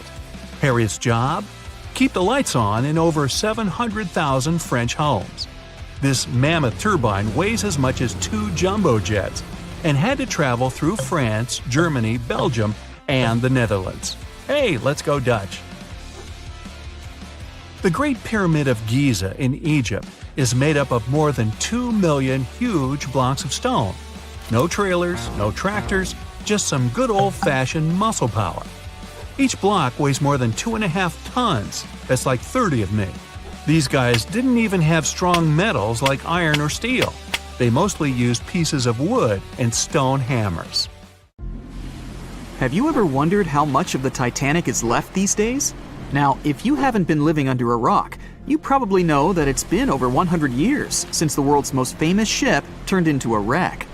The RMS Titanic, the world's largest sea liner from the beginning of the 1900s, sank during its maiden voyage, just a few days after leaving port. The ship struck an iceberg on April 14, 1912, taking down over 1,500 passengers of more than 2,200 who were on board the liner at that time. As shocking as this may sound, the Titanic took over 3 years to be built and only 3 hours to sink. And if it were today, the ship would have cost over $210 million to be made. It was last seen on the surface of the Atlantic at 2:20 a.m., and for many decades, that was the last time people saw it. It wasn't until 1985 that the whereabouts of the ship were discovered by oceanographer Robert Ballard, and some parts of the Titanic became visible once again. One of the first discoveries made by Ballard's expedition was that the ship was indeed torn in half before sinking. The early exploratory missions to the part of the ocean floor where the Titanic now lies could only see the hull and the deck of the ship. According to Ballard, the main purpose of these missions was to understand how to preserve the ruins from deteriorating. Another goal was to recover the huge number of personal items scattered along the seabed. The explorer later said the view down there was as shocking as it was emotional. In the field of debris around the wreck, the oceanographer discovered plenty of small objects and personal belongings, many of which he brought back to the surface. There were shoes, some fancier than others. There were pieces of clothing that belonged to crew members, and there were huge propellers. If on the surface they gleamed and shined, on the ocean floor they were embedded and devoured by sand. Ballard pointed out that the area where kitchenware was scattered measured more than a mile in length. There were enough plates, pots, and pans to fill up an entire industrial kitchen. For the first time ever, 3D animation footage reveals exciting images. The simulations show the Titanic's evolution from when she first set sail in 1912 until the state of her ruins today. But simulations weren't enough for deep-sea explorer James Cameron, who envisioned traveling to the heart of the wreck for the first time ever in the history of the ship. Yep, the same James Cameron who happens to be the director of a very famous movie about the ship. He has now dived 33 times to visit the wreck of the Titanic. Here's some fun trivia for you. The director says that his true passion has always been the ocean, and that ever since he was a kid, he wanted to study the sea. Directing, let's say, just happened to be his day job. And when the possibility of directing Titanic appeared, he said yes, just so that he could go and check out the ruins of the ship in real life. Now back to the wreck. According to James Cameron, it wasn't enough for researchers to access only the exterior of the ship. They needed to go inside, analyze and photograph what was left of the pompous interiors of the world's once biggest sea liner. Cameron piloted an innovative robot vehicle equipped with cameras. It helped the man to reveal spaces in the Titanic that no one had ever seen before since the ship touched the bottom. Turkish baths, for instance, still had their tiled walls standing up almost in all their entirety. These baths were exclusively for first-class passengers. They were located right next to the swimming bath and the third-class dining room, and were designed in the Moorish style. People resting there could get heating blankets and ask waiters to bring them anything they needed. If the pictures from before the disaster were astonishing, they carry a different kind of wow factor now, when everything you see in them is hidden underneath the surface of the water. Another shocking discovery was the ship's mast. If we look at the Titanic in its pre-sinking glory, the mast calls much of one's attention. Located on the bow of the huge ship, the mast held together the transmission cables for the Marconi system, a system of wireless telegraphy. That's also where the British merchant flag the Titanic flew was located. The mast stood at the height of a bit more than 100 feet and was equipped with a crow's nest. Nowadays, the mast is unrecognizable. Attacked by corrosion, it collapsed. The crow's nest broke apart too. Now we can see why the modern-day Titanic is a real treasure for deep-sea explorers. But as the wreck of the ship lies at an approximate depth of 12,500 feet, sunlight is non-existent there. So, piloted missions depend on high-end technological equipment to survey the area. Why do you think the Titanic went missing from the public eye for over 70 years? Well, because at that time, technology wasn't advanced enough for people to go down there, as well as bring back good footage of the wreck. Filmmakers were the ones who drove this technology to its advance by trying to film underwater. They began by building boxes to put their cameras inside. And now, deep-sea photography is highly advanced and allows us to marvel at the awesomeness of underwater life. Of course, taking pictures under the sea is no easy feat. For one thing, to withstand that crazy underwater pressure, submarines need to be really strong and have thick walls, no thinner than 11 inches. Plus, explorers need to understand how to film and photograph when there's almost no light around. There was another thing that made documenting the Titanic even more difficult. When the wreck of the ship was rediscovered by scientists, it was covered with red-colored rusty bacteria that made it even harder to take good pictures. As it happens, the color red does not reflect well underwater, which is unfortunate for photographers. For this reason, human-operated vehicles that go down to tour the ruins are equipped with powerful lighting devices. When you see some parts of the ship from afar, they look as if reddish-brown wax has been dripping all over the Titanic's ruins. But in reality, these icicle-shaped structures are colonies of microorganisms. When the ship sank, it brought down with it an enormous amount of bacteria that hadn't existed at the bottom of the ocean before. But now, these bacteria, together with the extreme conditions at the bottom of the ocean, have turned into a disastrous combination for the ruins of the ship. These red colonies of microorganisms actually feed off of iron and steel, which is basically all that is left of the Titanic. One kind of those microorganisms are bacteria called Halomonas titanicae. They can eat up to 220 pounds of iron per day. This makes the Titanic a colossal food source for them. There have been lots of speculations regarding the life expectancy of the ship's wreck after researchers discovered this bizarre rust. But according to Cameron and his research team, the Titanic isn't going to disintegrate anytime soon. In one of the latest expeditions down to the wreck, a piloted vehicle was funded to identify specifically one stateroom. It belonged to a very important passenger, Sir Benjamin Guggenheim. Yes, just like the museum. Guggenheim was the son of a mining magnate and a member of the elite group that boarded the transatlantic journey of the Titanic. Born in Philadelphia, Guggenheim was traveling back home to the US. But, as we all know, he never made it to his final destination. For the price that ranged from 400 to 800 pounds back in 1912, the equivalent of 84,000 pounds nowadays, one could book accommodation that was called a stateroom. Staterooms on the Titanic were the most luxurious kind of first-class rooms.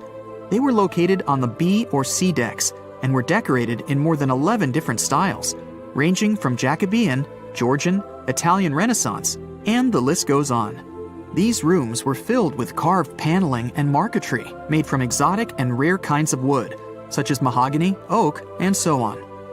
Guggenheim occupied one of these luxurious rooms, and 100 years later, one of his descendants funded an entire mission just to locate the precise stateroom the man stayed in. This expedition turned into a documentary for National Geographic, and they did manage to identify which stateroom was Guggenheim's, so kudos for them.